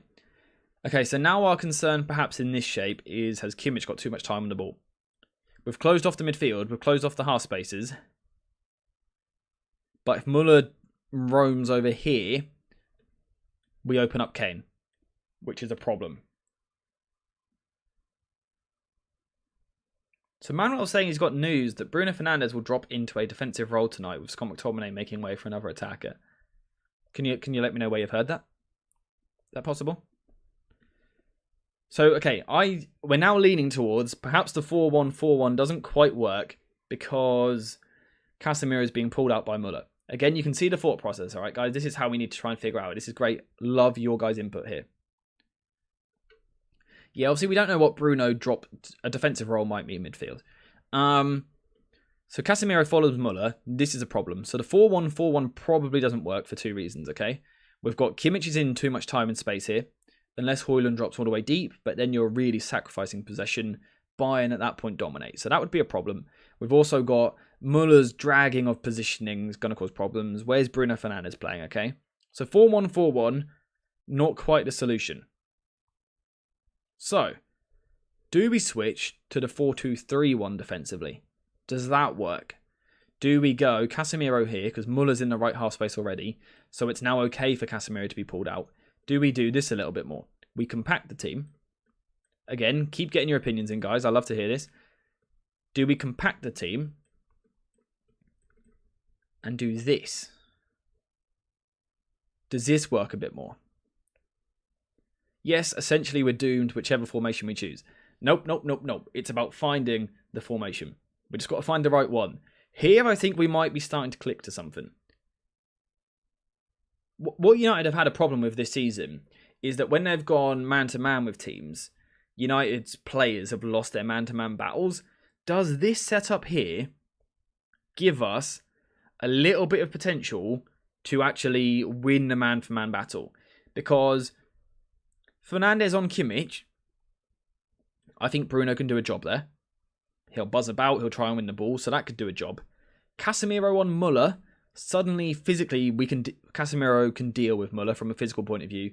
Muller's not someone to really, he doesn't run with intensity. He covers a lot of ground, but he's not an intense runner. So could Casemiro follow in that way? We've now got McTominay against Goretzka, which I think physically is a really great match, which would actually be quite fun to watch. Lisandro Martinez aggressive on Kane, Lindelof cover with no particular man he's picking up. Muller's not definitely playing. The talk is that Musiala's just back from injury though, so maybe he's not fully fit. You tagged me in the post on Twitter? Okay, I'll check it out in a bit.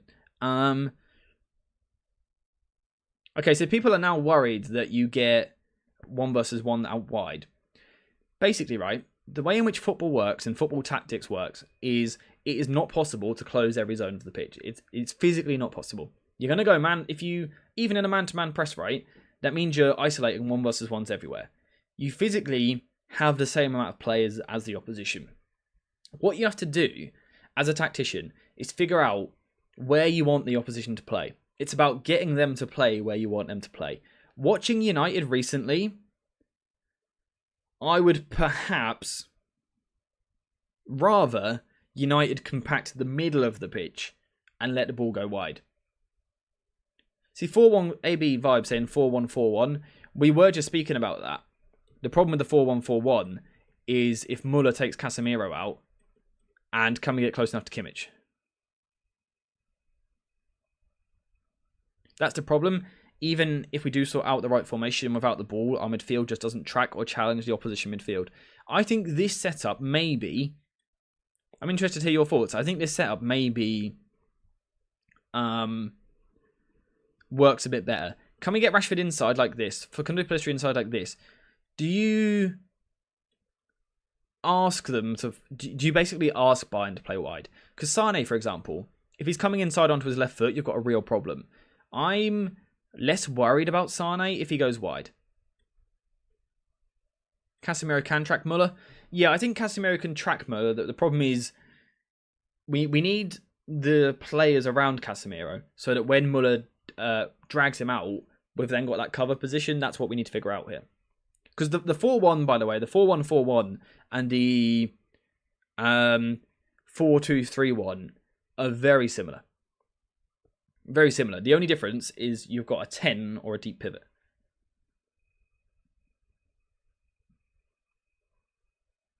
Muller is probably the only player that Casemiro can track at this moment. Again, guys, this is me, like, I'm coming up with this on the spot. So let me know if you think this works. The problem that I would then have with this structure, right, is... Hang on, let's just properly highlight the structure. So Bayern are going to build in a 2-3 shape after their initial shape, all right? When Bayern are in the United half, we're talking here. They're going to start in a shape which looks like this. Then the wingers will come inside. The fullbacks will go round. Particularly Davies. Lima, not as much. So we've got United in a 4-2-3-1. We've got Højlund on the 2 centre-backs, who's basically your job's to stand between 2 of them and force them to play one way. We've got Casemiro on Muller, which... Physically, I quite like that matchup for Casemiro. Again, Musiala, it's a nightmare. It's a wrap. Casemiro is going to really struggle. Against Muller, could work. Could work. I think Casemiro physically can deal with that battle. McTominay, Goretzka, I think McTominay is the closest thing to a Goretzka answer that we have here. So that could work. Bruno on Kimmich, I think, works. It maybe disrupts Bruno from completely dominating the game. Rashford tracking Lima would be a problem. That would be a concern because this could happen. Lima comes forward, creates a 3 down this side of the pitch against Reguilon and Casemiro. That would be bad. That would be concerning.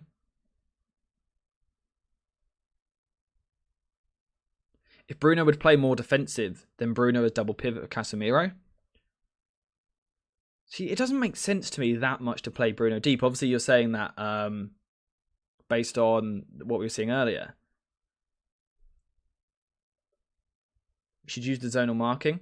Lima out wide wouldn't be so dangerous. That is my point here. Lima as the spare man, good,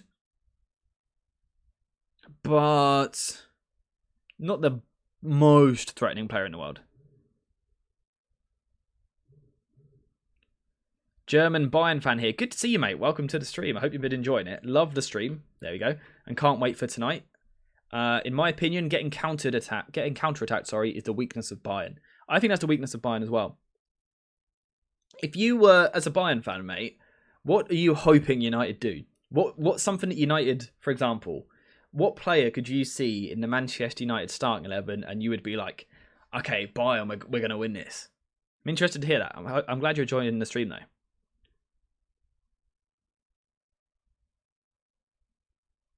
Tommy Boyle saying Koeman and Kimmich are injured. Is Kimmich injured? Can anyone give me some news on that? I'm just going to quickly have a look on Twitter. That's the level of production we've got here on the channel. He's a doubt. He's a doubt.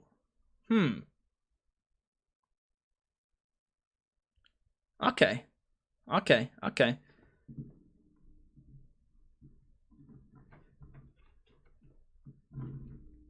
So we're unsure on Kimmich. Have we got here? Have we got here a structure which could work? Basically, right. The United are in for a tough game here because Bayern are coming into the game with the better starting 11 and the better tactics. All right, so United are not favourites going into this game. United are on the back foot. It's about finding the best way to counter it.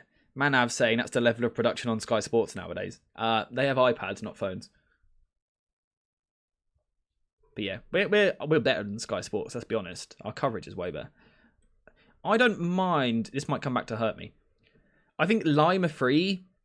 Again, what we're talking about here, right, is Bayern are better, so they're going to work the overloads. They're good tactically. If you look at this Bayern 11 real quick, right, to go through every Bayern player we've got here. Ignore the two centre-backs and the goalkeeper. If you're going to give one Bayern player a bit of time, who would you like to give time to because you think they're not going to hurt us? I think Mazraoui might play right back. Yeah, I'm really unsure which of the two it won't be. Which of the two it will be. Yeah, take the goalkeeper out of the situation and the two centre-backs. Won't Lima be worried about Rashford to push up so aggressively? That's exactly the other point as well. Lima might even be scared to push forward. So now you can attack. Also, in this situation, if we're asking our wingers to tuck in a little bit, we're actually not asking them to track tons. We're asking them to tuck in a bit more. Does Hannibal suddenly, again, come back in and make more sense than Facundo Pellistri?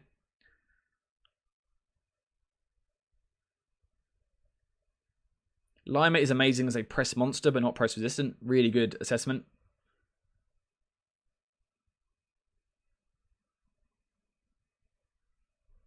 Sorry, I'm just trying to read. You guys your engagement in chat today has been absolutely brilliant, guys.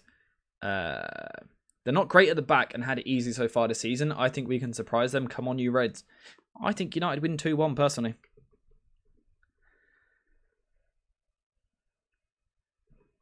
We might have got a solution here, ladies and gentlemen.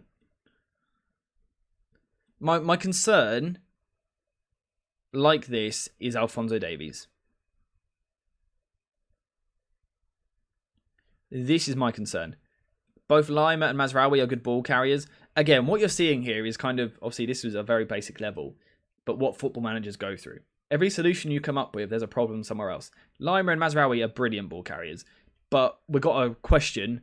Will they want to carry the ball forward? Because if they do carry the ball forward and lose it, Bruno Fernandes, Rashford and Højlund on the counter-attack up against Kimmich, Upamecano and Kim Min-jae, it's interesting. And I don't think Bayern would want to do it.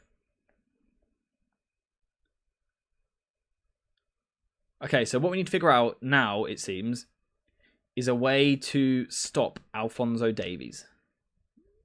So how do we stop Alphonso Davies causing a lot of problems here? Now, I think United shouldn't go for the high press, by the way. That's why we're not even talking about the press, because I don't think it's worth it. I don't think United should press high. I think they'll get picked off. So this is why we're talking about this more defensive side of the game. Again, I think in possession United can hurt Bayern. If you want to check out my tactical preview, you can. I think United can cause real problems on the ball. My concern is the defensive side of the game, which is why that's what we're covering today. We are Manchester United. We will beat Bayern Munich. That's more like it. That's the spirit I want to hear. I mean, in an ideal world, you almost borderline play like Dalot and Wan-Bissaka both down the right-hand side. But of course, Wan-Bissaka's out injured. You can't stop Davies. He's too fast. Might as well not try against Bayern away from home in the Champions League. I see your point, but we've got to find a way to do something. Bayern don't have a good holding six, which wins the ball. Very true. We have covered that. United.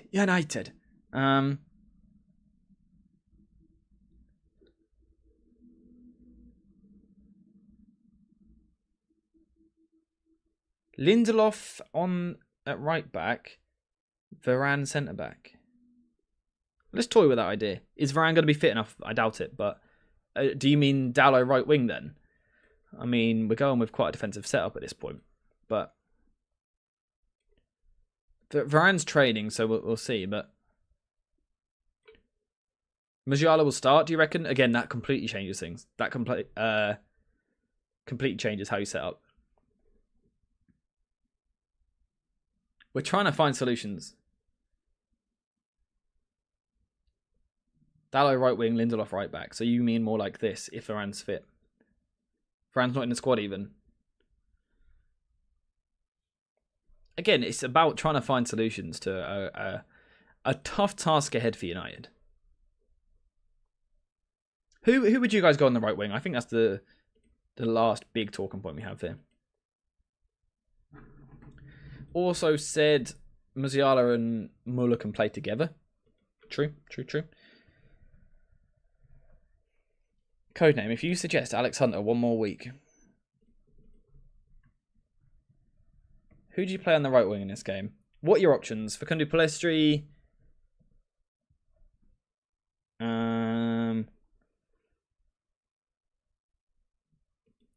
Wan-Bissaka and Dalot on the right-hand side. Sorry, we're closed tonight, fam. Yeah, it would be ideal. But again, Wan-Bissaka's injured, so we can't even do it. Garnacho, Mejbri, Fernandez. There we go. We'll start this poll. Let me know what you think, guys.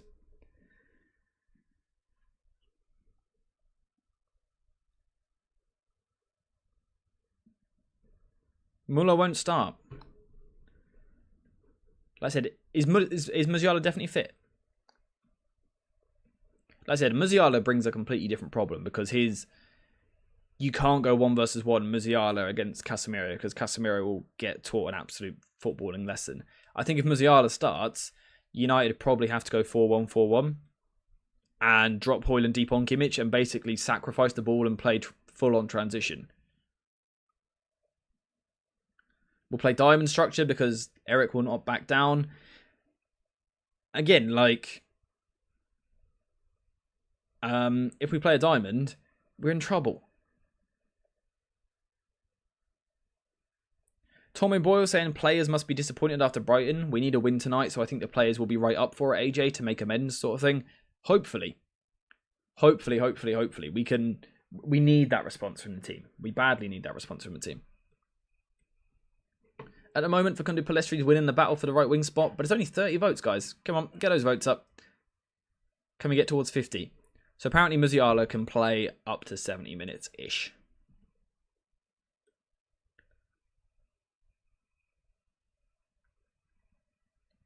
Player 4-3-3, Facundo Pellistri and Hannibal both on the right side with the right back.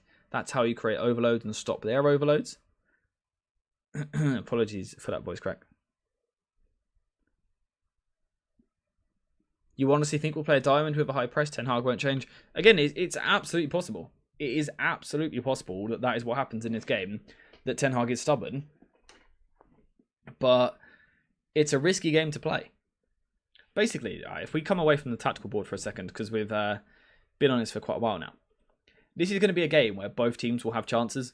I don't think either of these teams are set up optimally. I think tactically both these teams have flaws. I think transitions will be huge. I think neither team is set up to deal with transitions. I think Bayern don't have a 6. They've got Kimmich, who's not a ball-winning midfielder. Goretzka's who push too high and kind of vacates to midfield. So United can definitely attack that space. But from the other side of things, when Bayern look to counter-attack, you've got Harry Kane who's going to drop in. You've got a lack of athleticism in the United defence. But also Casemiro getting overwhelmed in the middle with ball carriers like Sane, Gnabry, Musiala, whoever it may be. It's going to be difficult. It's going to be a difficult game for United. Our transition is amazing. You're a Bayern fan and a United fan. Who do you want to win then? If McTominay performs well, he may get himself a move to to Bayern. Is that the best solution here? Anyway, sorry, to go back to it. Yeah, but both teams are going to have chances in this game. I truly believe that.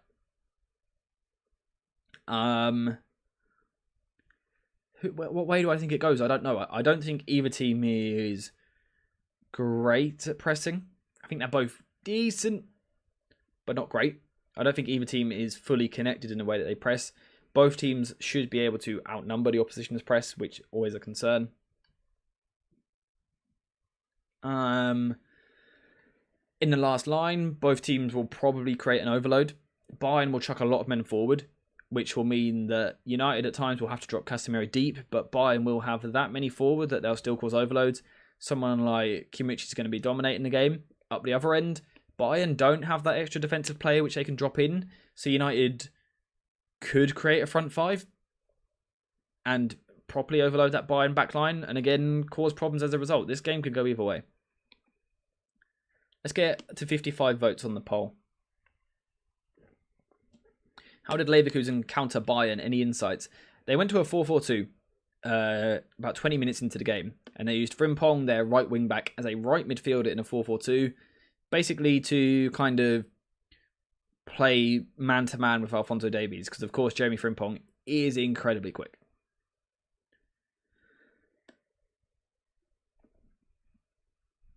Could McTominay play out wide to deal with something? Not sure. I can see a cash exchange happening tonight. We slip them McTominay. They slip us 35 mil.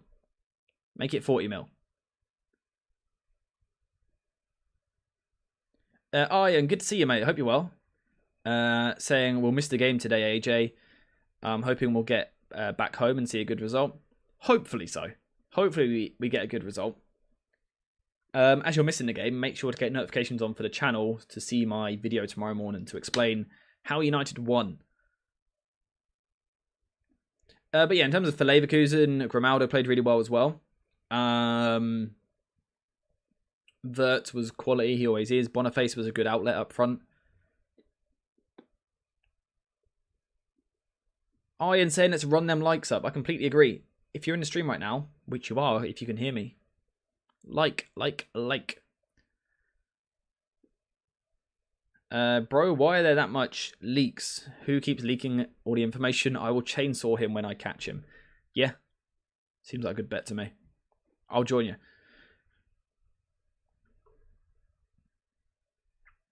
No, we're not gonna do a watch along here. Not here. I like your assessments, but in practice, it doesn't always plan out with personnel. Yeah, I completely agree, mate. Execution is such an important thing in football. It's why I always feel sorry for managers. You can set up your team perfectly from a tactical point of view. You can have a real master plan. If your players don't execute, it doesn't happen. If your midfielder, you've put in man-to-man with someone and you lose that man-to-man battle, yes, you're playing out the window. Or if a player scores a goal from 40 yards, execution. So Xabi Alonso is the second best manager in the Bundesliga. Yeah, I can back that. Thomas Tuchel being top. We need to hang on and hope our strikers can make the most of the chances we get. Hopefully, if Rasmus Højlund plays, we see a proper connection between him and Rashford. What I would say, guys, right, if you're a United fan, I get being on the negative side of things and thinking United will probably lose. I think that's reasonable. Bayern come into it as favourites. What I would say, though, is you might as well go into it with a bit of optimism, right? we all thought United would get trounced by PSG under Ole Gunnar Solskjaer, right? Solskjaer was in charge.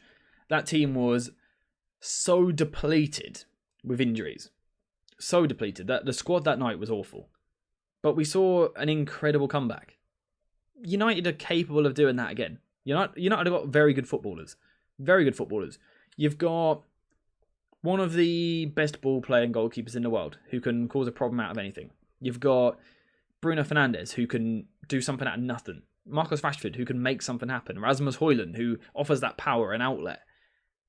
Why not go into it with a bit of optimism? United can win this football match. Do I think they will? We'll have to wait and see. But United can win this football match. Oh, wrong screen. How are we going to deal with set pieces? Truthfully, we haven't got time to cover that today because I need to be leaving shortly. Allianz is a bloody cauldron. Yeah, absolutely. It is. It's going to be a real test for these United players. United players which have crumbled under pressure before, particularly away from home. Tommy Boyle with a £2 donation. Everyone quickly says thank you before he leaves. Saying, gotta go. Cheers for the stream, young man. Come on, you Reds. Thank you very much for the donation and thank you for tuning in. Everyone say thank you to Tommy Boyle. Spam some love hearts, preferably the green ones, but also clapping emojis if you've got them. Bicep emojis as well, maybe. And say thank you in the chat. Thank you very much, Tommy. Thank you for tuning in to the stream. I hope you enjoyed it. And I hope you enjoyed the game tonight. Hopefully, I can tell you about a win tomorrow morning. Hopefully. Absolute legend. Thank you very much for that donation. Just because you haven't seen a miracle doesn't mean it can't happen. Exactly.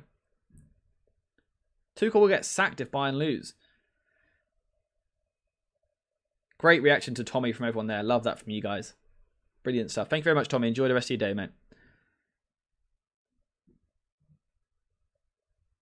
Did you find it interesting that Ten Hag said that he was going to play the diamond against Arsenal, even though he had Anthony? Is this the shape he wants to shift to?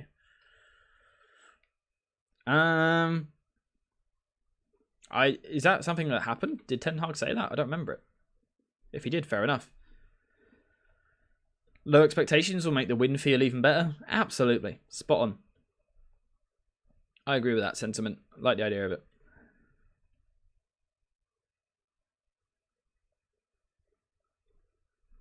Should we have a quick look at the diamond before we go? I'm going to wrap up in the next 20 minutes or so. Okay, so he said he wants to play the diamond more. Ten Hag's used the diamond in the past. We've spoke about the strengths and weaknesses of the diamond on the channel plenty in the past 10 days or so. My concern with the diamond would be if United go high. So let's say Bayern are going to try and play the ball up from the back. Let's get United up the other end of the pitch here, as Overlord keeps asking for. So United are going to engage nice and high like this. So the way you press in a 4-4-2 diamond, basically, is your two centre forwards need to split a bit wider, and you're trying to force the opposition inside the pitch because that's where you've got your diamond, that's where you've got all your players. So that's the idea of the diamond. You're trying to force the opposition inside the pitch because that's where you're well populated. It's where it's dense, you can win the ball back. The problem that United had the other day, though, was that they just done the complete opposite of that. And that's why I don't like Ten Hag's diamond. I think a diamond could potentially work, but not Ten Hag's diamond. Because what Ten Hag wants to do is this, and he forces the opposition out wide. But it just gives so much room for Alphonso Davies. It means McTominay is responsible for Goretzka and Alphonso, which is so much work to do. Fernandes is responsible for Lima and Kimmich. Now, Fernandes is capable of doing it, and so is McTominay. But I just feel like it stretches the team too much. I think it hurts United to play in this way. United could do it. Maybe it works more if you connect a fullback to this press. Okay, so what we're now going to do is something which looks a little bit more like this. This is how Real Madrid, for example, at times have pressed in this way. Burnley have even pressed in a 4-4-2 diamond this season. What they do though is they push one of the fullbacks high, like so. Probably it works better the other way around, right? So let's say Rashford's going to come inside, push Reguilon up. This is how Burnley have pressed in the 4-4-2 diamond this season. And for them it has worked because they can crowd players out in this way. You've got the fullback in Reguilon connected to the press, which means you can win the ball back nice and high in that way. You can go man for man in most areas of the pitch. You can even swap it this way around. There's a few different ways you can do it. But United don't do that. Ten Hag is always so scared of connecting this extra player to the press. That's why I don't think it works.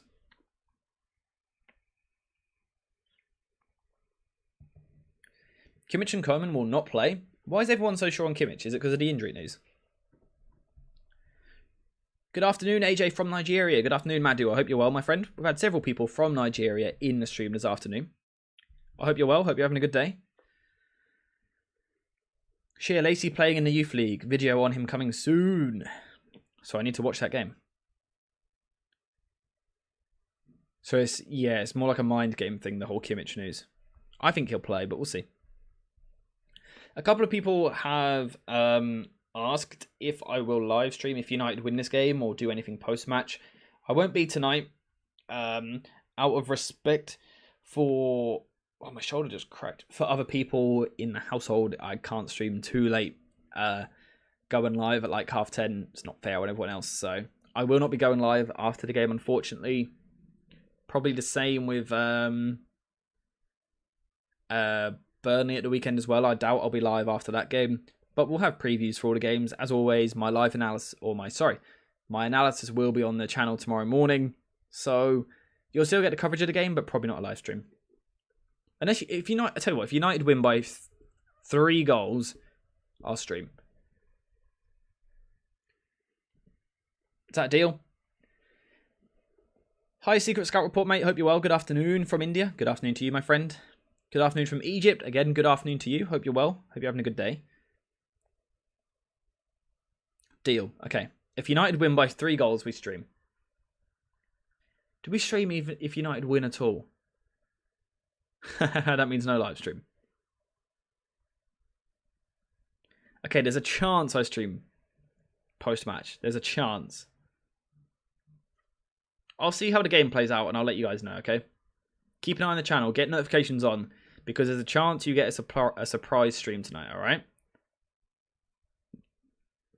Get notifications on because if I do go live, you're not going to want to miss it. So get notifications on just in case I do surprise you guys. Just enjoy it. Special game. United are back in the Champions League, right? As a United fan, United are finally back in the Champions League. You know, we haven't had to wait as long as Arsenal had to wait. Didn't take Ten Hag as long as it took Arteta to get back into the Champions League. There's things to be positive about. Little shot at Arsenal and Arteta wherever possible. I think United will win this as Bayern still don't look convincing. Yeah, I'm not fully convinced by Bayern. Go outside and scream on the live stream. Yeah, possibly. I'll probably get attacked by the neighbours, but we'll see. Yeah, Bayern do tend to just turn it on in the Champions League. They just kind of have this different... They flick a switch, don't they? Especially in the group stages recently. Okay, we're going to wrap up in just a couple of minutes. Everyone give me your score prediction and give me a goal scorer as well. Or the goal scorers, depending on your prediction. Group stage monsters, always. Give me your predictions in the chat below, guys. And then after that, I'm gonna read out some of your predictions, and then we are going to wrap up. So get your predictions in the chat. We've got a 1-1 draw in there from FP. With a Højlund goal. Be a good stage to get it, wouldn't it? 4-1. Sane, Kane, Musiala. Højlund 1 goal, 1-1. Højlund hat-trick. I wouldn't mind that. What score? 2-1 to United, a Bruno penalty, and McTominay. Hopefully Højlund scores. 3-2 United, 2-1 to who? Madhu, who do you think that's to? 2-1 United, Rashford and Bruno to both score. 3-1 Bayern, Kane, Sane, Musiala, Rashford. 2-1 to Bayern, Kane, Musiala and Højlund. 3-2 United, Rasmus with 2 goals and Rashford with 1. You know Kane will score. Yeah, realistically, Kane will score. We've all read the script already, right? 4-2 to United. Lots of predictions. All right. I'm going to try and remember some of them as well. So you guys later can go, how I told you so, or you're wrong or whatever. 2-1 United, late winner. Inject it. Yes, please. I feel like this game is all on Casemiro. Yeah, I feel like he could be quite essential to this. Corey saying 6-1 Bayern. A Kane hat-trick. Musiala brace. Sane and Erasmus Højlund. Yusuf saying 1-0 to United. Lots of different thoughts on what this game is going to end up like. I like the optimism from some of you guys. I like the realism from other people. We're just going to have to wait and see now. Like I said, we are going to wrap the stream up there because I've been talking for 2 hours straight about one topic pretty much. Corey, Corey, please don't be right. Please don't be right. Højlund hat-trick. Højlund brace. A lot of people think Højlund scores. Yeah, if we win tonight, I might do a stream.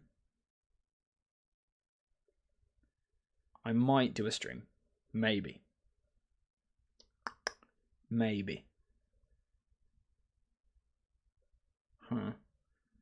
I'll see. But apart from that, like Alpha Predator said there, hope you all enjoy the game and don't let the loss affect you. Hey, why are you assuming we're losing? No, that's fair enough. Yeah, whatever the result, don't let it affect you too much. Like I said before, after the game, no matter what the result, put a film on to relax or something, or go outside, enjoy some fresh air, or play some FIFA, or watch another football match. Don't let it affect you too much. It's only a game of football at the end of the day. Hope you enjoyed the game, though. Hope you enjoyed the stream. If you have enjoyed the stream, leave a like just before we go. Well, it is 84 likes on this, which is very, very good. But yeah, thank you to everyone who has tuned in, everyone who has left a comment. Those of you which have just kind of sat there in silence and watched your little lurkers, thank you for tuning in. I appreciate your support. Thank you for everyone which has chatted. Thank you to anyone who has shared the stream with someone else. Edwick summing it up there saying, I know it's only football, but it still hurts to lose. It kills. Just find a distraction though. But yeah, thank you to everyone. Thank you to everyone who donated as well. Absolute legends. Hopefully a new camera coming soon. But yeah, apart from that, I am finished for today's live stream. We might be back later.